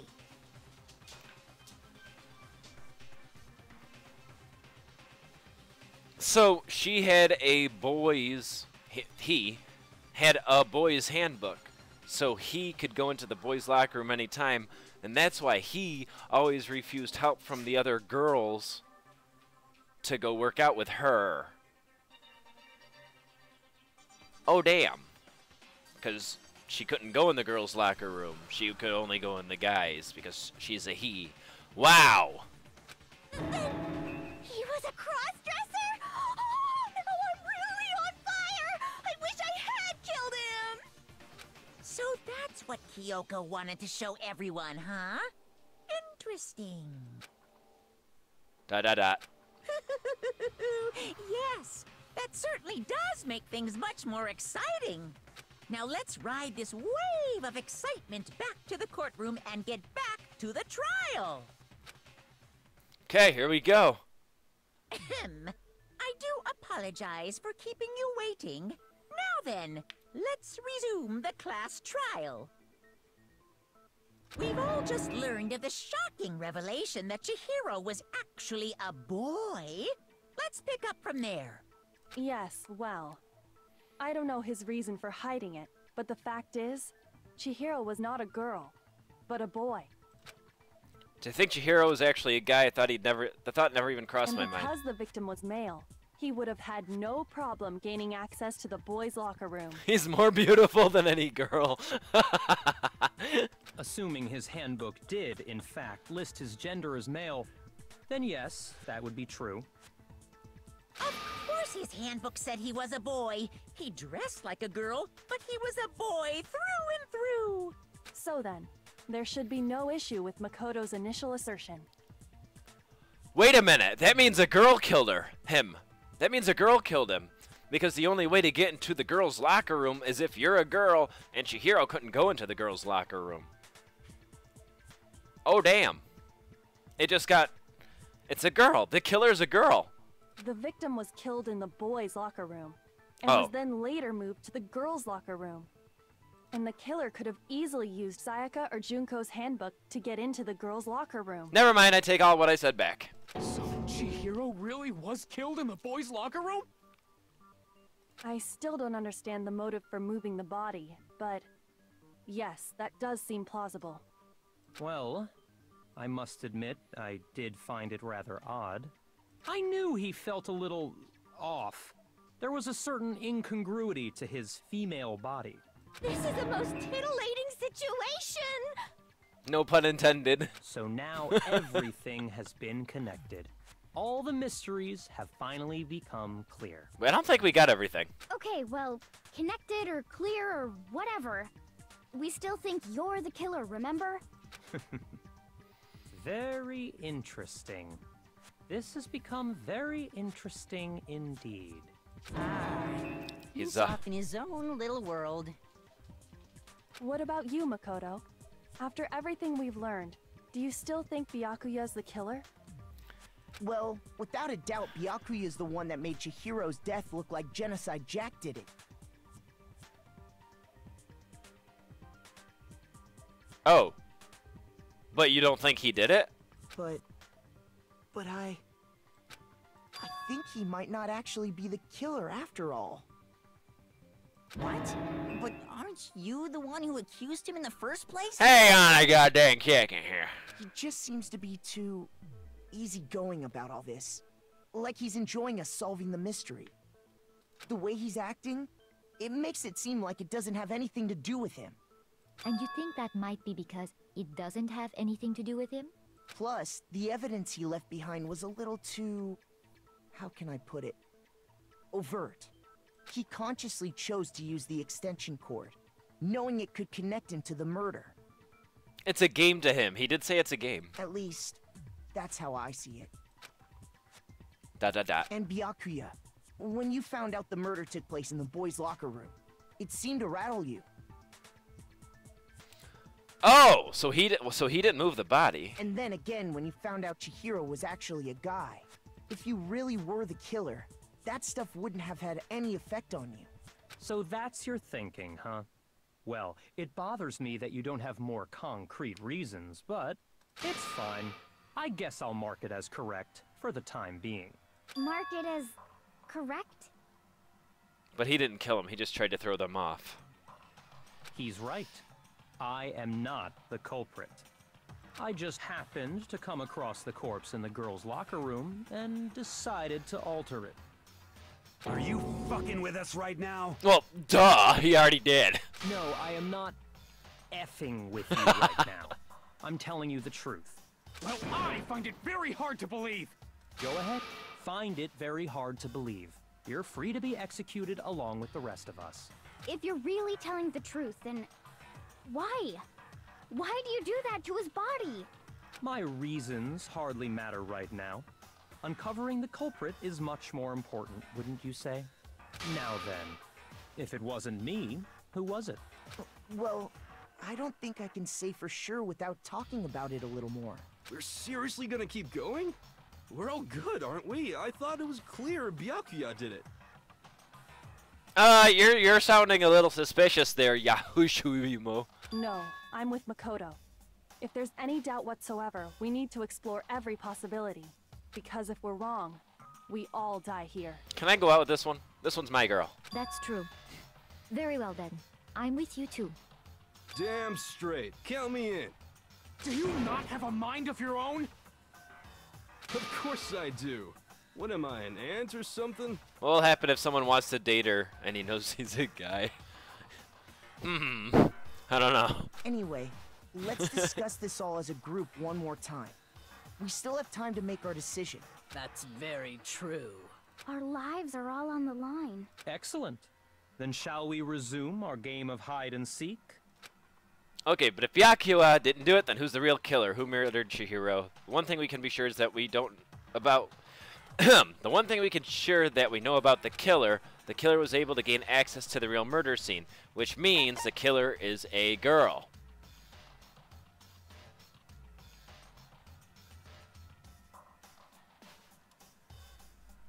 No, it's a guy.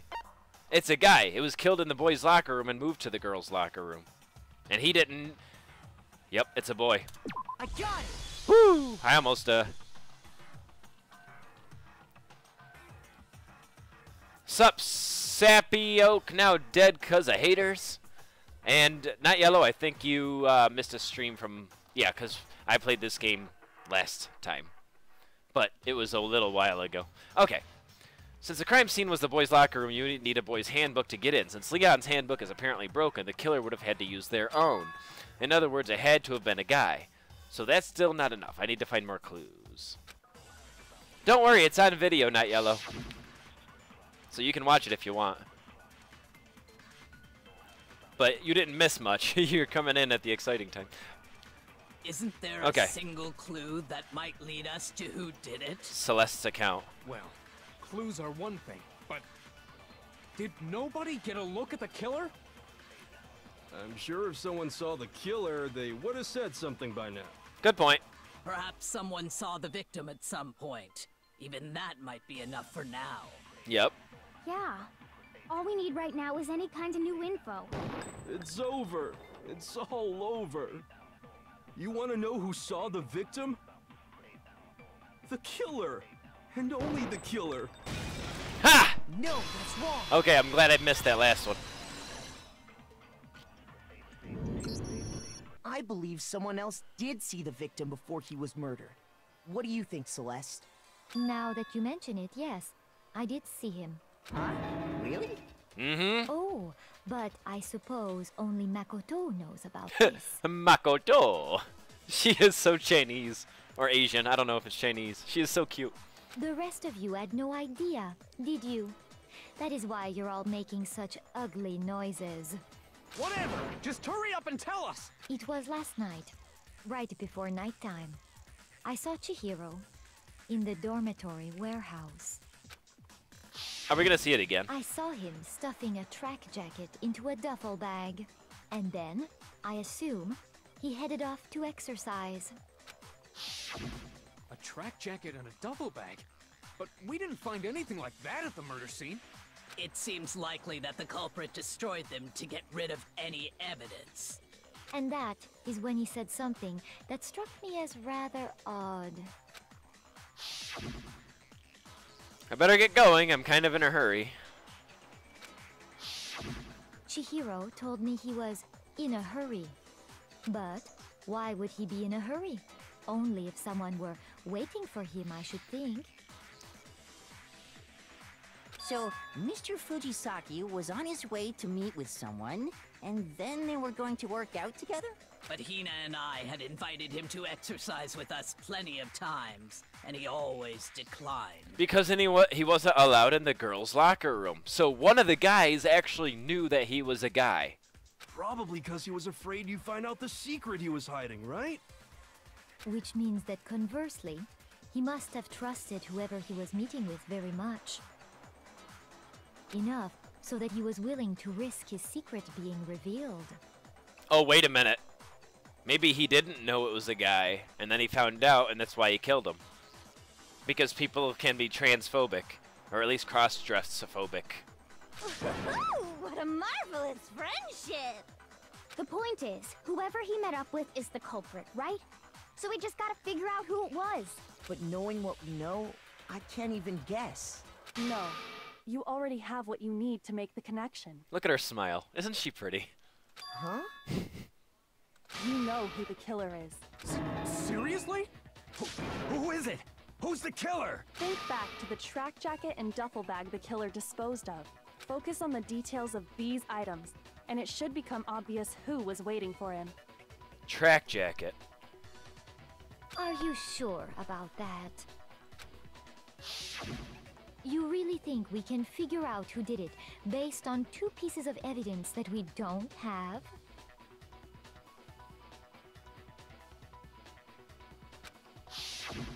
What? You want to track down some fingerprints or something? Even if we had the equipment for that, we wouldn't know how to use it. As was noted, the evidence is already gone. There's nothing to get fingerprints from. Maybe, but we can make certain inferences if we just take the time to talk it out. Welcome back, Mr. Sheepington Gaming. Easy for you to say, but fine. Celeste, did you notice anything special about the bag or jacket? The bag was just a normal duffel bag from the warehouse. All the bags in there are the same, so I can't imagine what would make that one special. Well, if I remember right, there was a decent variety of tracksuits to choose from. Do you think there might be some connection between the culprit and Chihiro's jacket? Not yet. Perhaps. Let's explore that and talk a bit more about the jacket he took.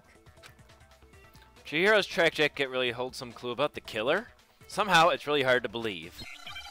Here we go. Bum bum bum bum bum bum bum bum bum.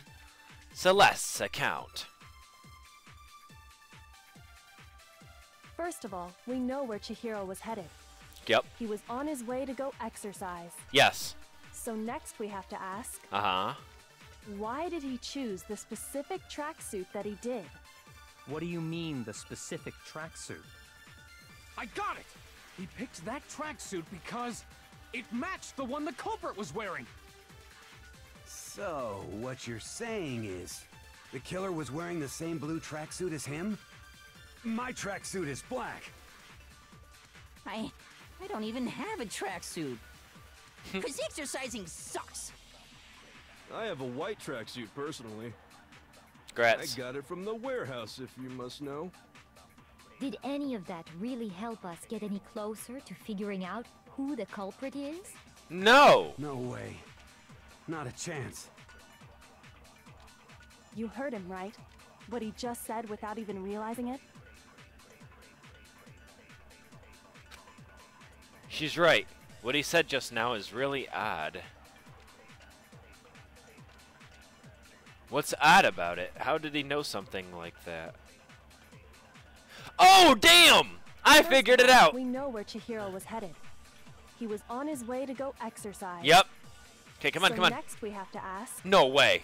No way. why did he choose the specific tracksuit that he did? I know who the killer The is. specific tracksuit. Oh my god, I can't believe he did it.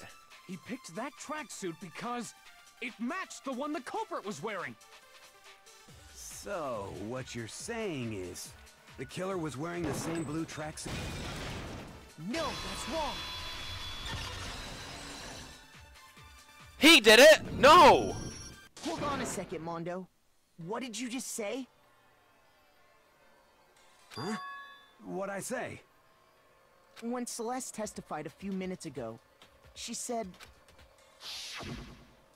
I saw him stuffing a track jacket into the duffel bag, and then I assume he headed off to exercise. She never said anything about the jacket's color. So why did you say Chihiro's blue tracksuit? What are you... You just... Hey, Celeste. What color was Chihiro's tracksuit? As a matter of fact, it was blue. Dustin, why do you, detective? Private eye. Hire me. And before we began the trial, did you tell anyone that? The only one I told about any of this was you. Then, Mondo, how did you know what color Chihiro's tracksuit was? I like Mondo. Because I just... I'm sure he saw the clothes at some point in the investigation. No, that can't be it. The bag and clothes were surely disposed of by the time we began our investigation. Then the only reason he could have known what color the tracksuit was is if he saw Cherry with it before he died! That's the only possibility! Cherry? Are you talking about Chihiro? So, how about it? Did you see the tracksuit or didn't you? Just by chance. I just happened to see it last night. He walked past me, And he was carrying the tracksuit in his hands. No, that can't be it either. According to Celeste's testimony, he stuffed it in the bag.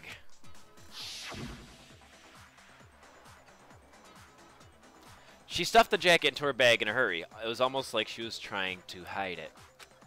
Just like that, she was gone. When Celeste noticed it, Chihiro made a point of making sure the jacket was completely in the bag.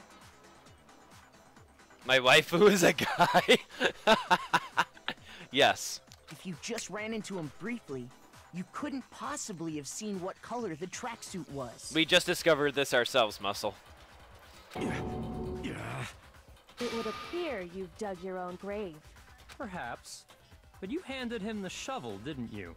That's why you said what you did. Focus on the tracksuit and it'll be obvious who he met with? What a bunch of nonsense.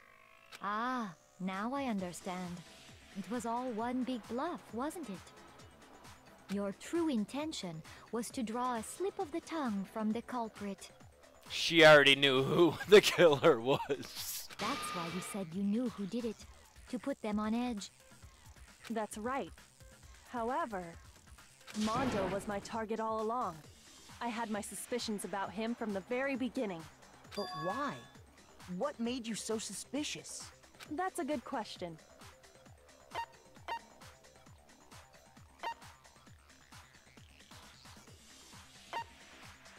I don't know. I'm just gonna throw a wild guess. Nope. Oh, she's... There was a certain term. Maybe you didn't notice. You only call guys dude. For girls, it's chick. Oh! He did say dude at one point. I remember now. And I was confused. I thought maybe it was like a game developer issue, and I didn't mean to skip past all that. And after he was killed, you happened to refer to him as dude. Once I picked up on that, it occurred to me that Mondo knew something we didn't. You noticed such a tiny detail? Are you a witch? She's a witch! You're positively frightful! No, I'm not the frightful one. Not nearly as frightful as someone capable of murdering a friend. Yeah, they were like friends. Like, Mondo said, hey, I'll help you bulk up, you know, because you're weak and you're ashamed of that. Mondo! Come on, man. Mondo, was it really you? Did you really kill Chihiro? I didn't kill anyone! You've been all over me, judging everything I say, putting words in my mouth. We only just got to you, bro. What gives you the right to treat me like a goddamn criminal? Yeah, he would never do something like that. This is a false accusation. Those two are good friends, too. It's true. My reasoning on that is pretty shaky. That was fast. Well, this does present us with a problem. It seems we are all out of leads. My time has nearly come.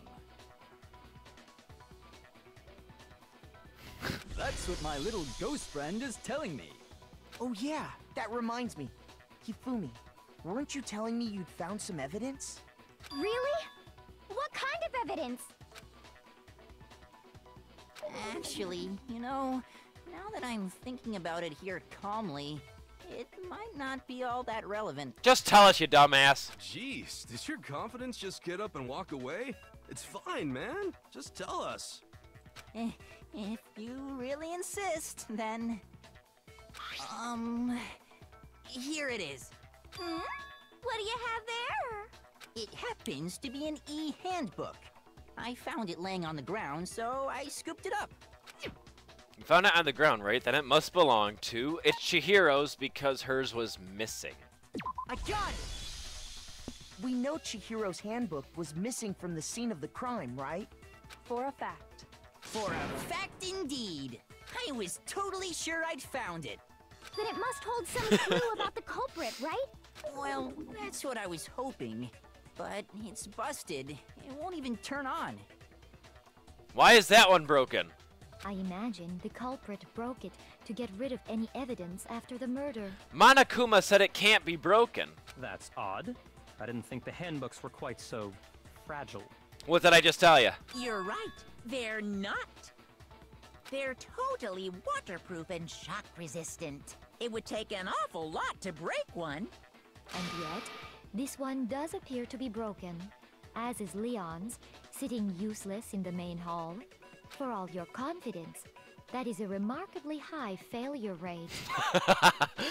Do you think there might be some kind of mystery in there somewhere? How, precisely, did the handbooks get broken? How did the handbook break? Hitting its weak point, exploding a book. Right.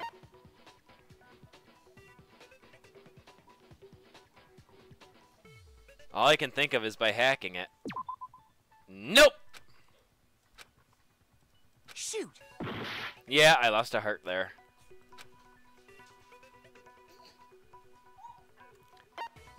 There is no weak point. It's gotta be a bug. Nope, no bug. Those things have been debugged to hell and back. We couldn't afford a recall. Shoot! Lost another heart. Half a heart. Okay. I got it! What's the weak point? You already told us before that the handbook has one weak point, didn't you? I don't remember. You remember that? Actually, no, there was only one option left. Sure, maybe I let that slip, but I never told anyone what the weak point actually was. But if the handbook is supposed to never break, and two of them broke in quick succession, then we can only assume that someone's figured out its weakness. You know what the weakness is, right, Monokuma? So, what is it? You're asking me? I think it's a necessary piece of information if you want this to be a fair trial. But if I tell you, and someone else decides to copy it, that would be very not good. Just tell us already! Why would we want to break our own handbooks? Oh well, I have a weakness for pushy demands. But you're sure you won't follow their example? Then allow me to make a special announcement. The weak point of my cutting-edge e-handbook is... when it's exposed to high temperatures for too long, it will suffer a meltdown and totally break! Oh. I flippin' knew it! You didn't know anything. You knew it? Yeah, because I found the handbook laying on the floor of the sauna. Oh! The temperature in the sauna can reach over 200 degrees. Strange how you don't get burnt, huh? It's because as your sweat evaporates, it creates a cooling layer of air around your skin. If the hot air of the sauna were somehow pushed directly onto your skin, you'd definitely get fried. That layer of air would get blown away. That's why you may feel a burning when you move around. I never knew that. So when you're in a sauna, make sure to keep nice and still. Wow, interesting. I learned one new fact today. So did I. That is a mere trifling speck of knowledge. Anyway, if you found the victim's handbook in the sauna, then the killer must have been purposely trying to raise its temperature in order to break it. Meaning the culprit somehow knew its weakness. Because Mondo and that other guy, I forget his name already, Taka, they were in the sauna doing that contest who could stay in there longer. But how'd they find out? Monokuma said he didn't tell anyone, right? Indeed. Quite the mystery. What if they found out by accident? What do you mean by accident? What if the killer took their own handbook into the sauna, not knowing its weakness, and it broke? They'd realize it was broken, of course, and it wouldn't be hard to figure out why. And once they had Chihiro's handbook, they knew they had an easy way to dispose of it. I won't say it's not possible, but who would have done something like that? Mondo! I don't know of anyone who took their handbook into the sauna. I might know someone who did. Whoa! I think the one who may have taken their handbook into the sauna was... Leon's dead, Pikachu. Had to be the one who wore all their clothes into the sauna. That's right, because Taka took off his clothes before he went into the sauna, so his e-handbook stayed in a regular temperature. Mondo kept all his clothes on as like a pushy toughness thing.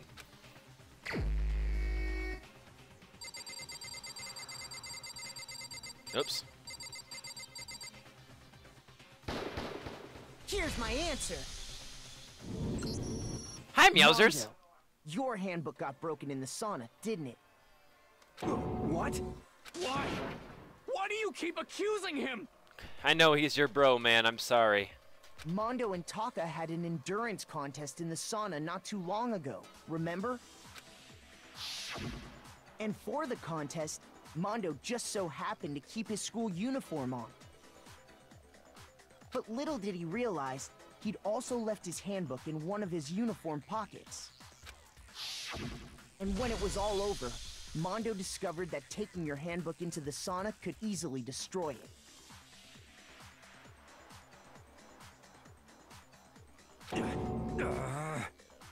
No, wait, hold on. You've got it all wrong. He would never kill. I'm sorry, Taka. I don't accept this. Show me the proof. The actual solid proof. I mean, I don't want to believe it either, but I found something that proves it's beyond a shadow of a doubt. Oh, here we go. This might be the last one. Broken e-handbook, Chihiro's e-handbook, and card reader. Let's test Makoto's assertion. If what he says is correct, then Mondo, you broke your own handbook. Mm-hmm. In other words, if Mondo's handbook is actually broken, then that proves that what Makoto said is right. Well, my goddamn handbook works just fine. See? Look! Makoto was wrong after all! Mondo wouldn't hurt a fly! Yeah. Can we start over? I'm pretty sure the broken e-handbook will do it. Actually, let me see. Makoto's assertion. Okay. If what he says is correct, then you broke your own handbook. In other words, if then that proves that what Makoto... Well, my goddamn handbook works just fine. Oh, the goddamn... See? Look! Makoto was wrong after Mondo wouldn't hurt a fly! I have to go back again. Let's test if what he said you broke your own. In other words, if then that proves that what Makoto... Well, my goddamn handbook works just fine. Damn it! See? Look! I hit the wrong button. Makoto was wrong after all. Mondo wouldn't hurt a fly. Hi, Debbie. Let's test if what he said you broke your own. In other words, if then that proves that... Okay, here we go. Well, my goddamn handbook works just fine. No, that's wrong.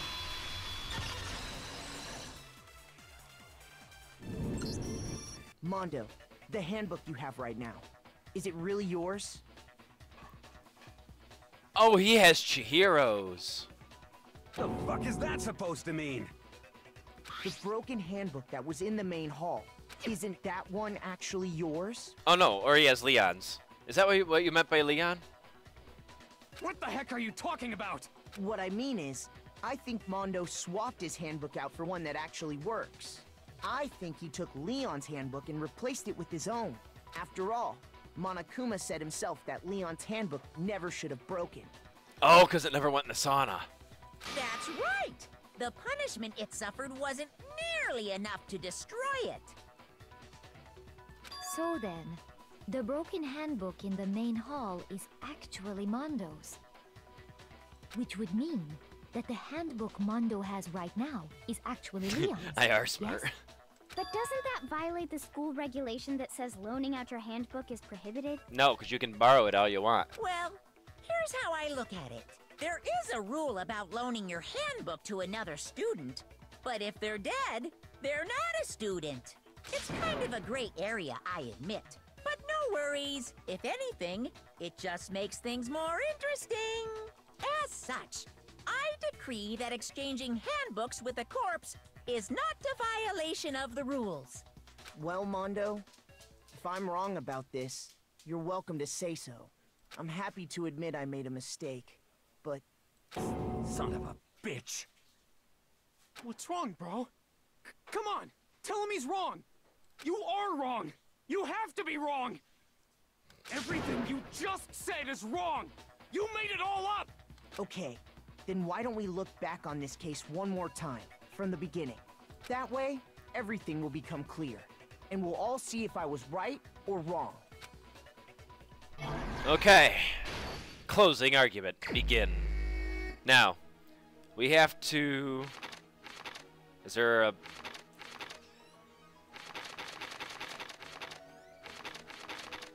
Okay, so everything... This is the ending.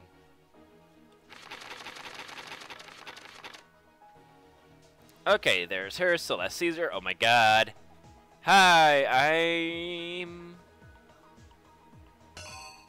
Oh my god, there's so much. Oh, wait.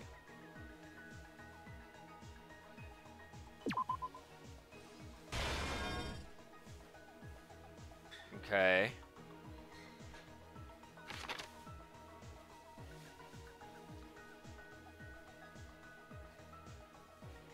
There is so much to do here. Oh my god. Oh, wait.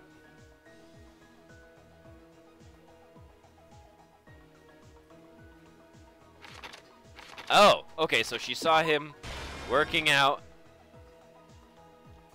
And he went up behind her. Oh my god!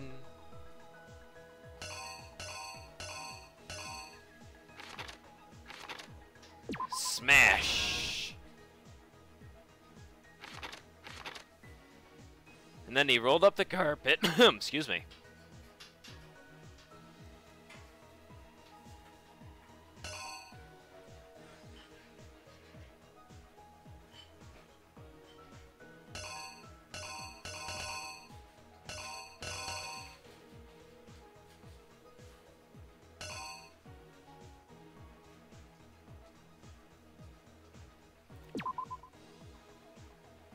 Maybe? No, not yet. Hang on. What else is there? That's it? Poster. Yeah, the poster, but... It'll tell us if we're wrong. I have 20 minutes to do this.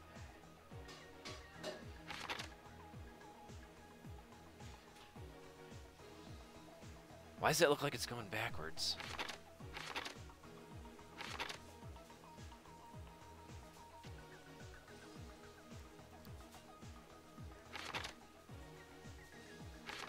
Okay, I know we can continue this part.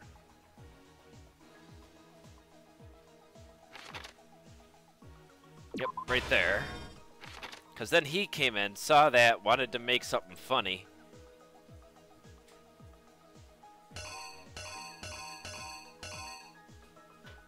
Oh wait, girls. So he rolled up, picked her up, and brought him to the girls. Yep.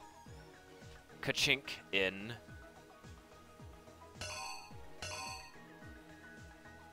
I don't know what this is. Oh, that's the poster. Oh, wait a minute.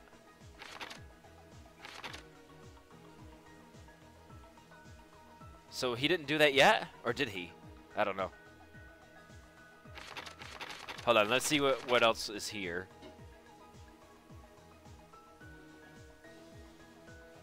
So Celeste noticed something that she put back in the bag. There's the duffel bag. Okay, we got that part. Oh, gotta go. Bye, see ya.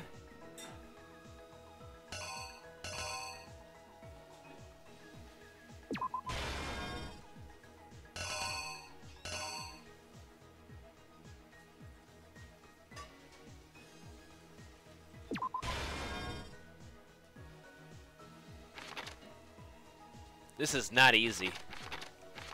Okay. Ding.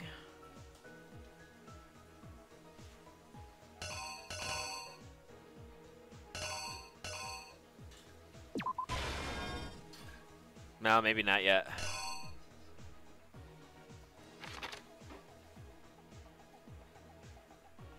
So this is the girls, this is the guys. So all this has already happened. Okay, he did something.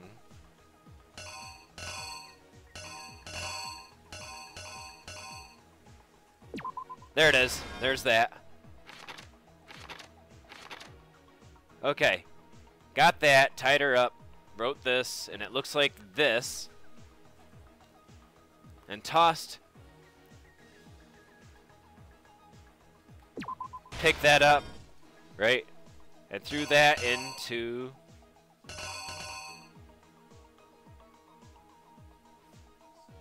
Nope. Maybe. Into the sauna. Boom. So that was everything?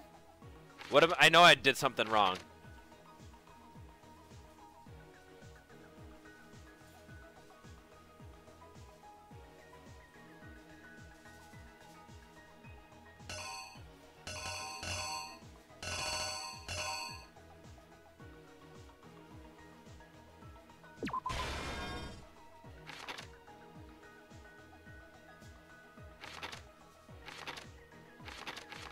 Alright, let's see if this works. Here's exactly what happened. First, let's take a look back to before the incident. Whew. Last night, Celeste saw Chihiro in the warehouse, correct? At the time, she was apparently stuffing something into a duffel bag. Yep. Ding. That something was a blue tracksuit. You can confirm this, right, Celeste?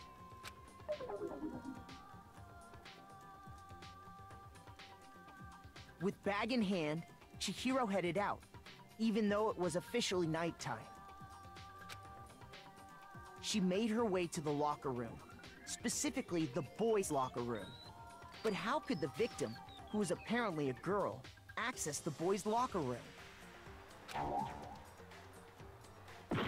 Ah! Okay, so that picture was wrong. Hopefully I don't have to switch them all out. Okay. Oh. Okay. The killer is you! Okay, you did this part. Come on. With bag in hand. Come on. She made her... Yep. Oh, that's not right.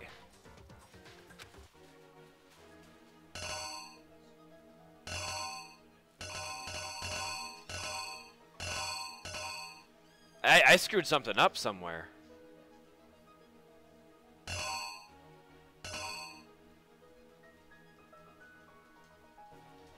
Wait, what?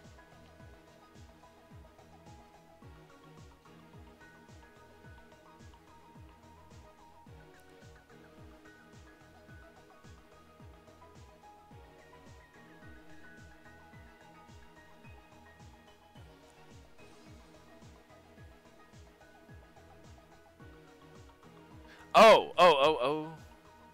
Maybe that's wrong?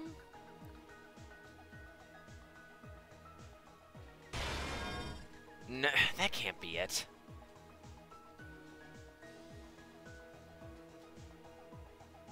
Oh, wait a minute.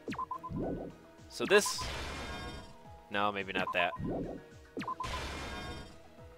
Did I already try that? Yeah, I think it... No, I didn't try that one.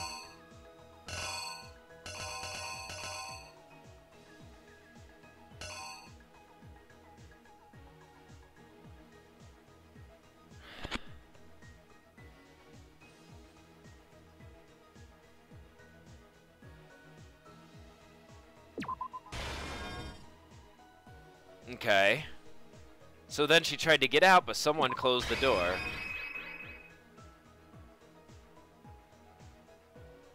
Maybe? The killer is you!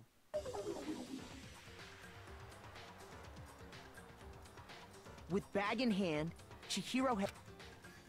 She made her way to the locker room. But how could the victim... Okay, that one's right. But that one's wrong. I need to rearrange the events. Okay. That one was right.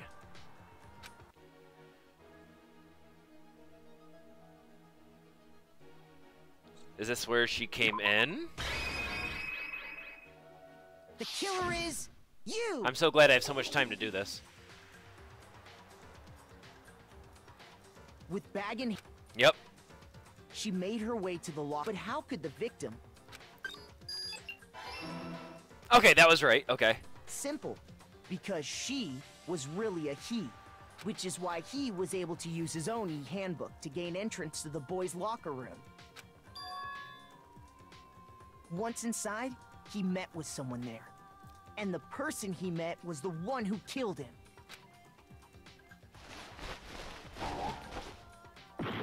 Oh, okay. So the weightlifting one is...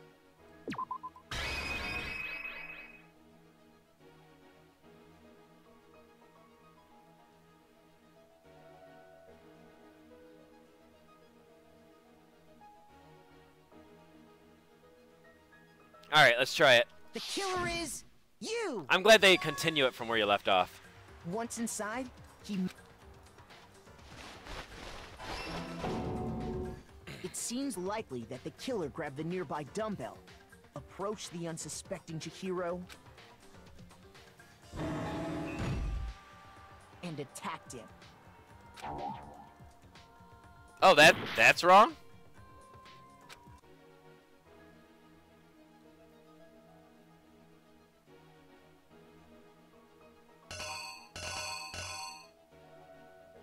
Splash.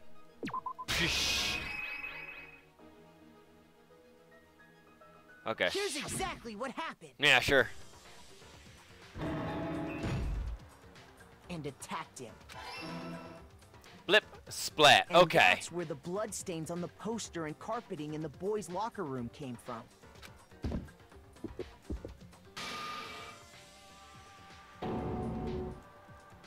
It was likely in the heat of the moment. The body was arranged, but the murder itself felt unplanned. Which is why the killer hurried to try and hide the act. First, pulling up the bloodstained carpet. Then, removing the... Ah, so that's wrong. Oh, it's right. Okay. And finally carrying the corpse into the girls' locker room. A girl's handbook was necessary to get into the locker room, of course. But this alone doesn't prove that the killer was necessarily a girl. After all, Sayaka and Junko's handbooks had been placed in the main hall. Using one of those, a boy could get into the girls' locker room without much problem. And that's exactly how the killer did it. With the carpet and the poster they brought with them, they got to work. They changed the layout of the boys' and girls' locker room in what you might call a crime scene switch. That is actually really smart. That could have been the end of things, but no. Byakuya discovered the body and decided to intervene in the situation, making things even more complicated. So, after stumbling on the crime scene, he went and grabbed the extension cord from the library, and then he got to work. He used the cord to string up Chihiro's lifeless body. Yep. Then, using the victim's own blood, he left a grisly message there at the scene of the crime. He wanted to create the illusion that Genocide Jack was responsible for the slaughter. And around the same time that Byakuya was putting together this facade, the killer, having already disposed of Chihiro's bag and other belongings, arrived at the sauna. There, they planned to destroy the last piece of evidence, Chihiro's handbook.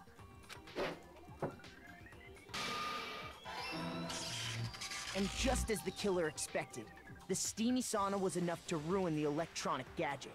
Somehow, the killer knew that the handbook couldn't stand up to the heat of the sauna. And the reason they knew that is because the sauna had already wrecked their own handbook. And that's how it all played out. Boom, boom, boom, boom. Isn't that right, Mondo Owada? Complete. Ha!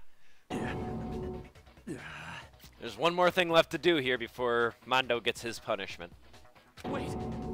No. This can't be right. Where's your evidence? Yeah. Where's your evidence? You need evidence. You need proof. Without any proof, You can't pin any of this on him! Evidence that Mondo's the killer that already revealed itself earlier in the trial. If I can somehow show where Mondo's handbook is right now. Once I do that, everything will become clear. Oh, new element. Here we go. Okay, maybe there's not one more thing. Maybe there's a little bit more. Fever time and nega time. During a bullet time battle, if you press the space key, fever time will activate, and the tempo will be forced to its max. Whatever that means. At this point, even if you push the buttons at random, you won't miss. You could push right mouse button, right mouse button, left. However you want to destroy the opponent's verbal assault. But this only lasts until your focus gauge runs out. Oh no, this is the last one. Okay. So make the best possible use of your time. Of course, it wouldn't be fair if only you got to access the special time, right?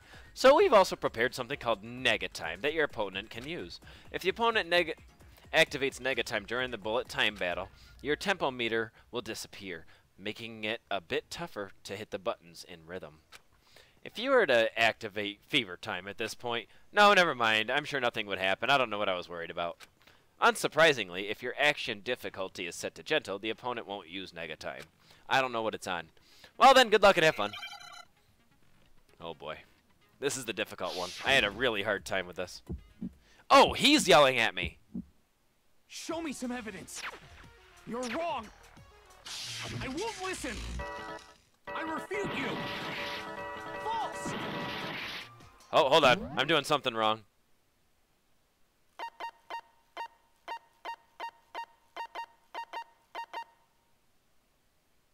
Oh, controls, left shift. Lock on, right mouse button. Oh! Show me some evidence. I won't listen. False. I don't even need all that. I refuse to vote. Show me some evidence. You're wrong. I won't listen. I refute you. False. Did I lose?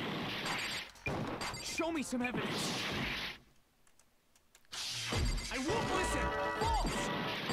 You're corrupt. I refuse to vote. I refute you. False. You're corrupt. Final strike. Show me some evidence. This should prove it. Boom! Okay, that was difficult. For a second there, I forgot what the buttons were. If my thinking so far is right, Mondo must have replaced his broken handbook with Leon's. In which case, we can just check each of our handbooks right now. Once we do that, We don't gotta do that. His pride. He's like, I won't make you guys do this. I know I'm wrong. Huh? I like him. Yeah. I did it. I killed him.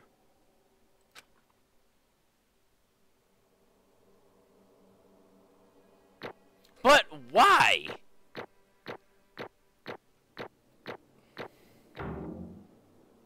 A for awesome. Wow, I got a lot of medals for that. Bro, what are you saying?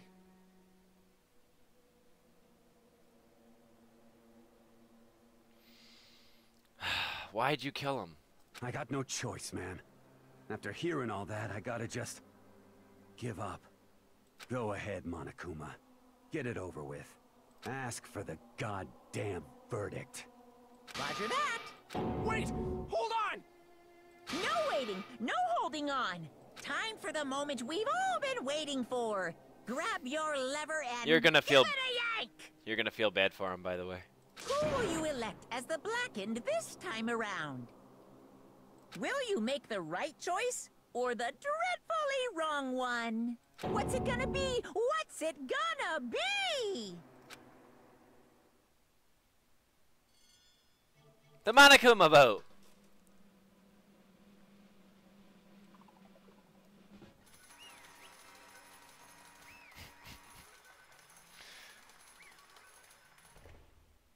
Okay. What? Oh, this time it looks like you got it right again. Yes, it is so. The Blackened that killed Chihiro Fusuka was Mondo Owanda. In case you're wondering, the vote was not unanimous. Taka chose the wrong... Oh, shit. You're treading very close to the danger zone, Mr. Ishimiru. You need to be more careful. I refuse to believe it. There's no way he would kill someone. Sorry. What is this? Why are you apologizing? Why? Why did you do it? Now then. Looks like we'll have Mondo's taken a vow of silence, so allow me to explain on his behalf. Actually... The story of the murder this time is the sad story of two men. Oh, but for anyone who doesn't really want to hear it, you could hit the control key to fast forward through the text. I'm going to hear it. Anyway, there was once a young boy. His name was Chihiro Fusaki. He had an extreme inferiority complex regarding his own lack of strength. You're so weak, even though you're a boy. He heard things like that as long as he could remember, and he couldn't overcome his weakness.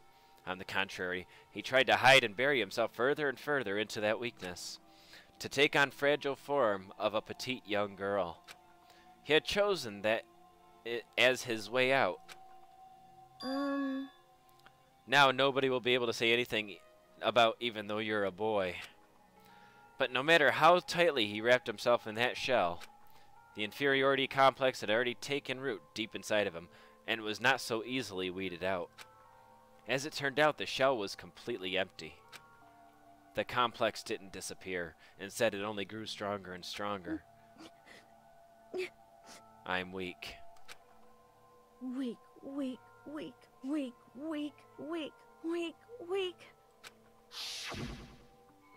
Once the killing game had begun here at the school, he had no choice but to accept this fact. After all, this world is survival of the fittest. If you're not strong, you don't survive. And the loyalty and hateful Monokuma announced the revealing of the embarrassing secrets. The secret that he was a boy. Monokuma was going to expose him. Which of course included Chihiro's embarrassing secret, which I was more than willing to divulge. Hi, Saburo the car. Honestly, I kind of figured out he was a guy. I didn't. Even though he dresses like a girl, Chihiro was actually a boy. Hey, And that was something Chihiro couldn't let anyone find out, no matter the cost.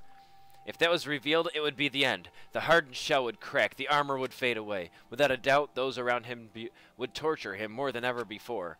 Everyone figured being thrust into such a dilemma must have spent him spiraling into despair. And yet...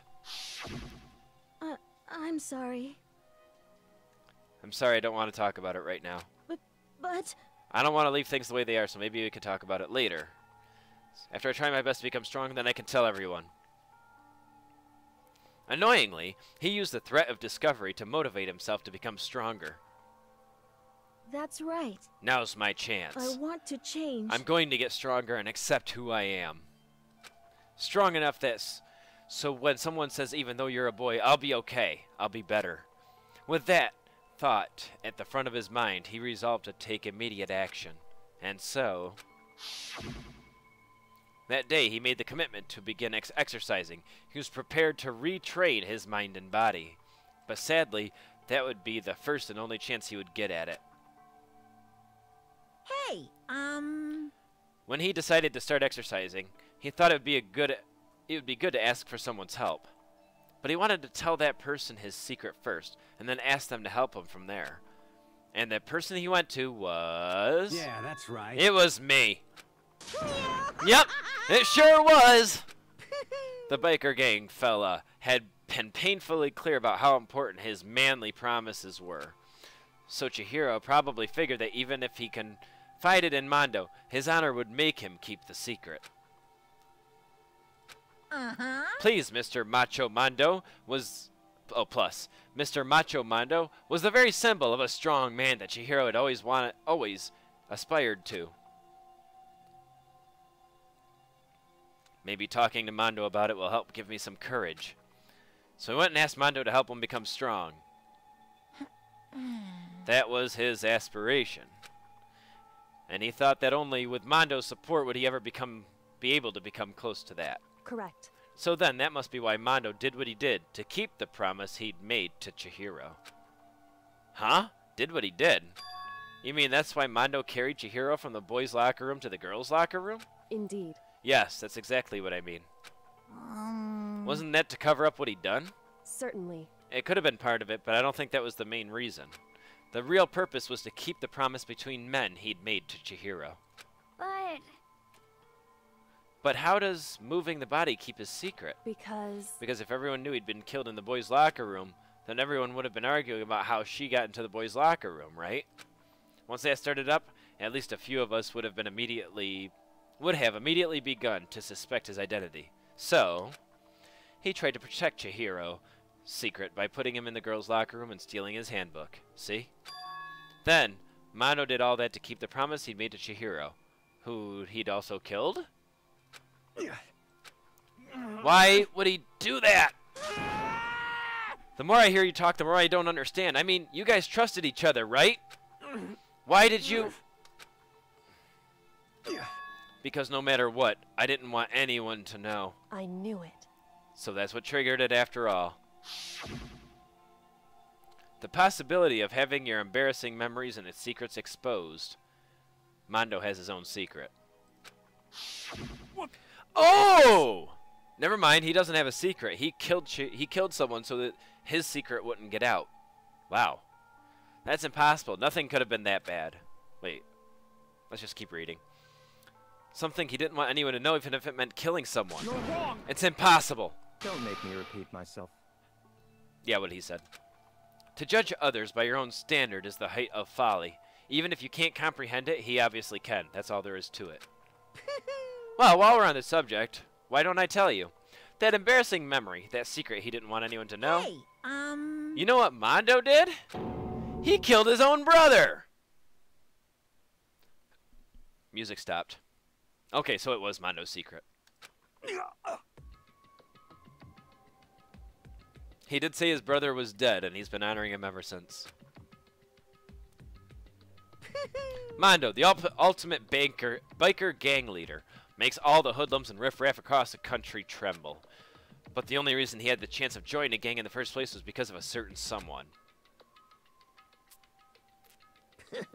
Mondo's older brother's name was Daya Owada. Mondo had nothing but respect for him. It was because of Daya that Mondo ever got on a motorcycle. Mondo's brother was his only family growing up. He was the only one Mondo could trust or respect. He wanted to measure up to his big brother, so he imitated him in everything he did. Mondo was the epitome of the starry-eyed kid brother.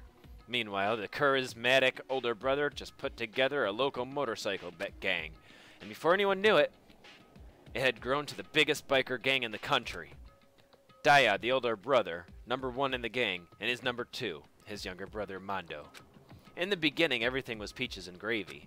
When Mondo started to think about how he would have to take over the gang from his brother someday, his brother's greatness, his reputation began to gnaw on Mondo's very soul. The kid's gonna take over for Daya, huh? Daya created this gang with his bare hands. Mondo's just along for the ride. Can someone like that really be our leader? All that'll do is make the gang look bad. Almost every day, Mondo heard the gossip and whispers of the other members of the gang, which is why... I gotta get stronger. Stronger than Daya. Just once. Just one time. No matter what, I gotta win. Don't fuck with me. I don't care what it takes. I gotta come out on top. And on the night of his amazing brother's retirement ceremony, Mondo challenged him to a street race. But during the race, tragedy struck. The kid brother pushed ahead with reckless abandon, eager for victory, and dashed into oncoming traffic. But suddenly...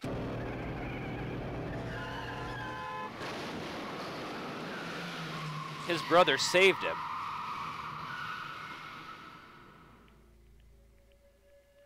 His brother saved him. Laying in his kid brother's arms, the older brother delivered his final words. My bad, kid. I fucked up. Sorry.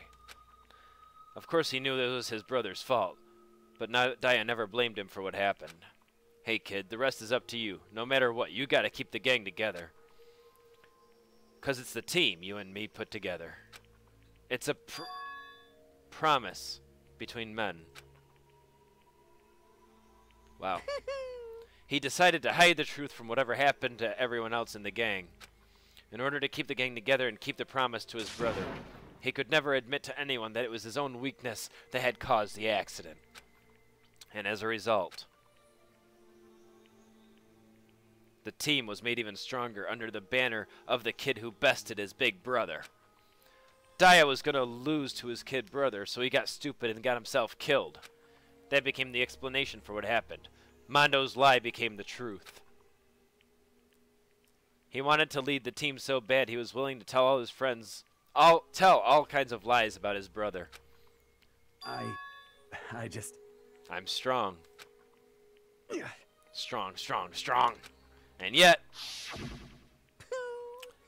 as soon as our killing game began, he realized, no matter how tough he pretended to be, he was just another weakling that could die in an instant. And then the lovely, hateful Monokuma announced the revealing of the embarrassing secrets. At that point, it was clear I would have no problem shedding light on his secret. Mondo killed his own brother. Older brother. No matter what, I couldn't let the other gang members find out. If that happened, everything would have been ruined. Everything me and my brother had worked to create would have been destroyed.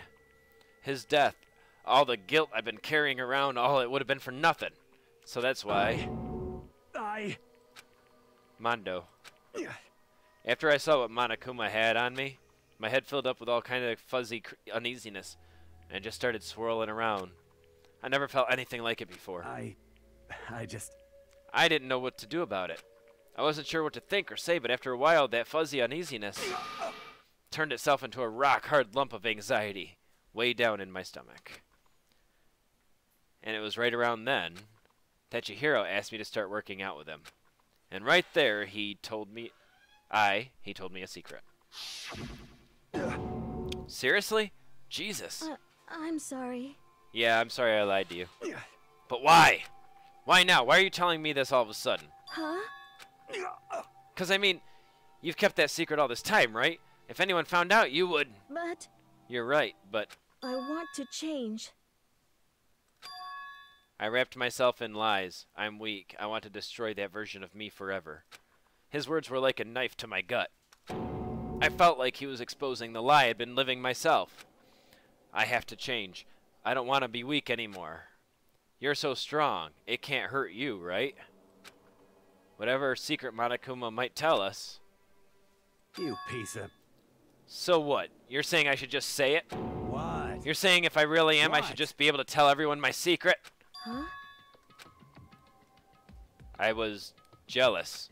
I was jealous of Chihiro's strength. He had the strength to face his own weakness, to try to overcome it. It was the kind of strength I've never had. So I was jealous. And that jealousy broke me. What? Are you making fun of me? I'm strong. Are you fucking with me right now? No. I'm not making fun of you. You're really strong, Mondo. I felt like I could hear something starting to creak. Something inside my head. What did he want me to do? What was I supposed to do?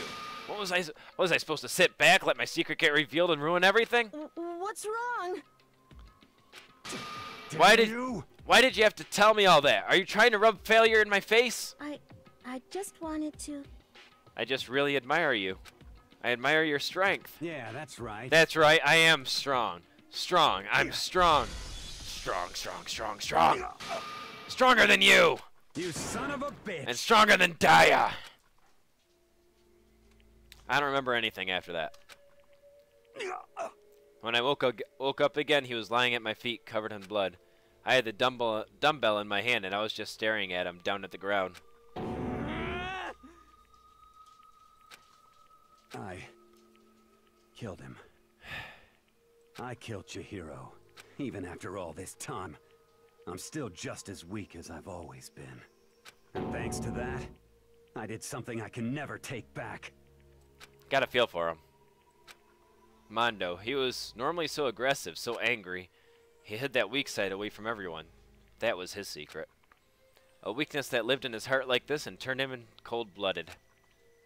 God damn it. And here we go with the punishment. Look at him, you see? You're all just like him. For a secret from the past, for a memory. For that, he killed another living human in cold blood.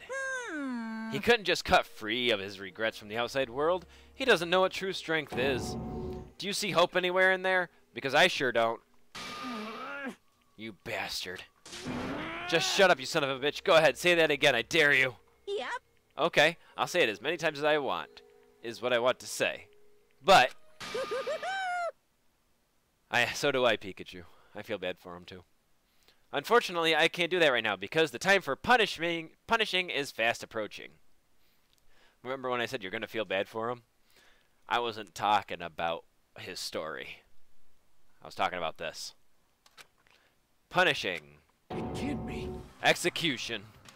Well, that's what That's what I promised you, right? The blackened that disturbs the peace will be punished. Ridiculous. Now then, I prepared a very special punishment. For Mondo Owanda, the ultimate biker gang leader. Wait. Let's give it everything we've got. It's punishment time. I said wait. Sorry, man. I couldn't keep the promise we made. From one man to another.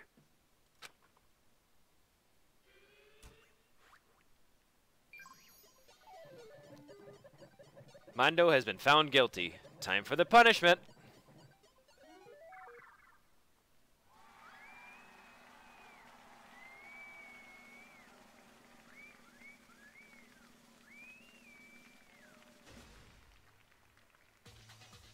So he's tied up on the bike right now.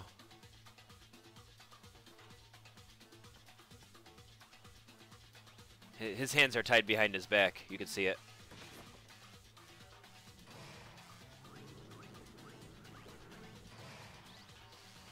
The cage of death.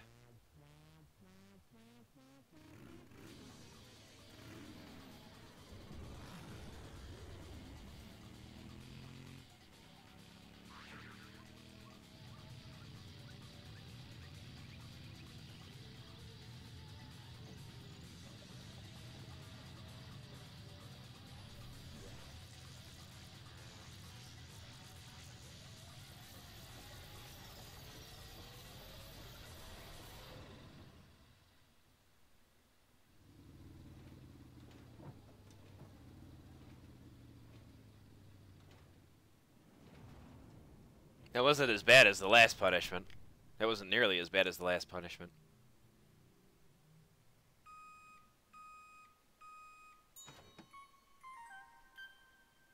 Mondo butter.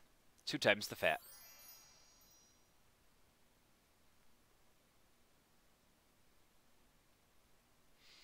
And those scenes are copywritten, so I chose not to monetize the video for this episode because YouTube always yells at me for monetizing something that has one of those scenes. But I wanted to show you anyway, so I decided just not monetize it, go live. Laugh at death and your soul will be forever at peace.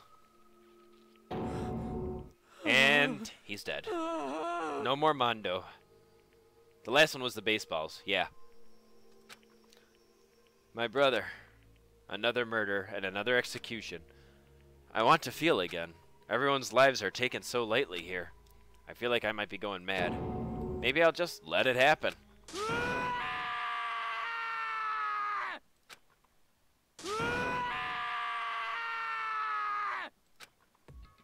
As Taka's sad screams invade our skulls, we were each forced to realize once again that of course he had to.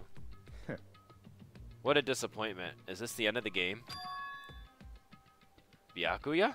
What is this? You're completely insane. You know that? A game? One of our friends is dead. Do you realize that? Naturally. Of course I do. Because this game is life or death. Hey. I don't have anything to say to you. I don't have a response. Except that.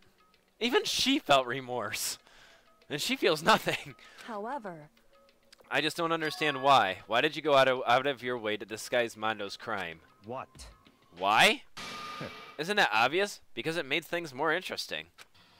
His face was calm, emotionless. Like the voice of death, it chilled me to the bone. Last night, when the murder took place, I was in the library, as usual. Honestly. So you ignored the nighttime rule, too? That rule never mattered to me. I don't recall agreeing to it. There is nothing to be done. Well, I don't particularly care. Please, continue. The night grew late, and I decided to return to my room, which is when I stumbled upon him. I spotted Mondo coming out of the girls' locker room. After he'd gone, I looked inside and saw the corpse. What? You actually witnessed the murder? He was such a fool. He didn't have the slightest idea that I'd seen him. Well... So you're saying you knew who the culprit was from the very beginning? That's right. Indeed. But if that had been the end of it, how boring would that have been? I mean, what a waste of time to have the answer revealed right at the beginning. Which is why I decided to lend a little helping hand. I thought it would liven things up. You did all that to liven things up? I see. So after hearing about Genocide Jack from Toko, you decided to use that to create the fake murder scene. But damn, man, if we hadn't figured out who'd really done it, you would have been dead too, right? Well, obviously I would have revealed the truth before it reached that point. Of course. Byakuya turned and looked at me in the eye. I could feel his sharp eye piercing into me. Thanks to a certain remarkable someone, it never did, and I was able to perform an interesting experiment. Interesting. Once I do decide to become blackened, I now know who I'll have to watch out for. Yes! Correct. So that was your reason. Are you satisfied? Indeed. Yes, we're done listening to your story. Moving on. Hey. There's something I'd like to ask Monokuma. What's this? Oh, I'm up next? You like to perform these elaborate executions each time, correct? My question is why? Do you like them? But you know, the punishment, this despair, it's not just for you. All this punishment, all this despair is my gift to mankind itself. What? You're over-exaggerating. I'm not over-exaggerating. These punishments are meant to transform all hope into despair. Damn. What do you mean? Huh? Mean? Mean? Mean? What the heck? Mean. Damn it! Good grief, I don't understand why you have to pick apart every little stupid thing. Whatever, it doesn't matter. In the end, I'm going to stand alone as the victor, and then everything will be revealed to me. Ooh, exciting. Noble son of a noble family. Truly, you understand me. Hoo-hoo-hoo. I think this is the start of a terrifying friendship. That's enough. Shut up. I would never stoop to a level as childish criminal like you. Let me just say this. After I've achieved my complete victory, you're up next. I'm going to find you and kill you, understand? In the name of my family. For each victory is a foregone conclusion. You're getting all riled up. Oh, so cool. So you're like the main character of a video game or something. No trash mob for you. I swear, whatever it takes, I will kill you. Temper. Someone needs a nap.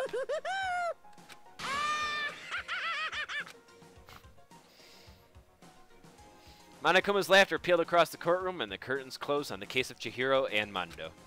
But I know that wasn't the end. The killing game would soon continue. Because the mastermind wouldn't let it end. For those of us who were still alive, our worst fear and despair kept on multiplying.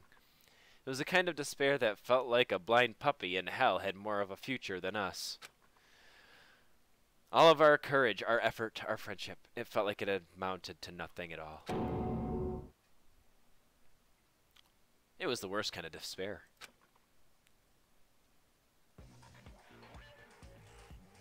Well, anyway, like I was saying, this is a pretty good spot. Yeah, a really good spot.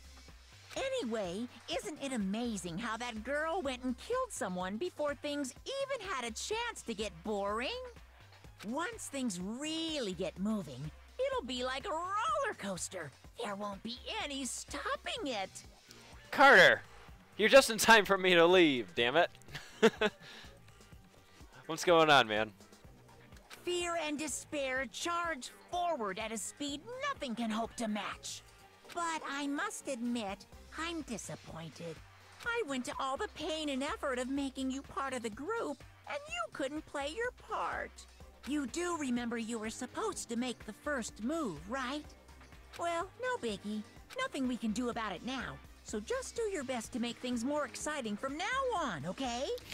After all, that's what everyone wants to see. There's only one thing I'd like to ask you. As long as you don't want to know my measurements, fire away.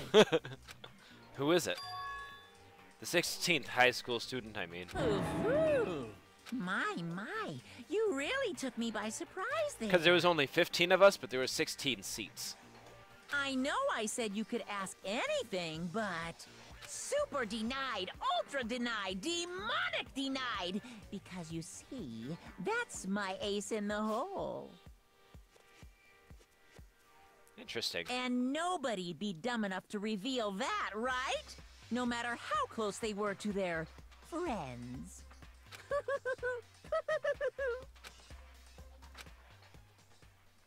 Can I save it yet?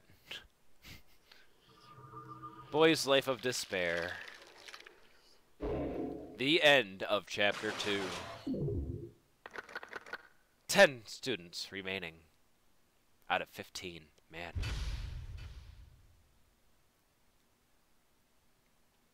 Earlier than expected. I posted on Twitter. A lot, actually. I received the crazy diamond present. Whatever. Save the data. Yes, I do. Let's put it at number 16. Alright. So that's where I'm going to call it quits, guys. Ugh. I'm getting tired and I'm hungry and it's already almost 9:30. I have to eat something. I haven't eaten yet. But we got our stove working now. Yay! If you watch the video, you see me leave a lot because the guy was in here trying to fix our stove. Yeah, well, at least it was good seeing you, Carter. Not Yellow Pikachu. Subaru the car. I don't remember saying hi to you. I apologize. Meowsers, I remember you. Debbie, I didn't say hi. Did I? I said hi to Debbie. Let's see if I got anyone new. Mr. Sheepington, I don't know if you're still here. Okay, nothing new there. Yep, thanks a lot for watching. All my links are in the description, including my Twitter. In fact, my Twitter's easy to remember. If you go to Twitter, it's Dustin YDU. YDU. All one word. Easy. Follow me on there, and you can know when my next things are coming up. I won't be able to do it for a few more days. Tomorrow night, I have to go see someone. And then Friday night till Sunday, I'm going to be out fishing with my dad. Because I haven't seen him in forever. But then I'm going to, you know, maybe Monday. Maybe Monday. And this will be in video anyway. So, feel free to watch it then. And I'll see you guys later. Yeah, that's it. I'll see ya.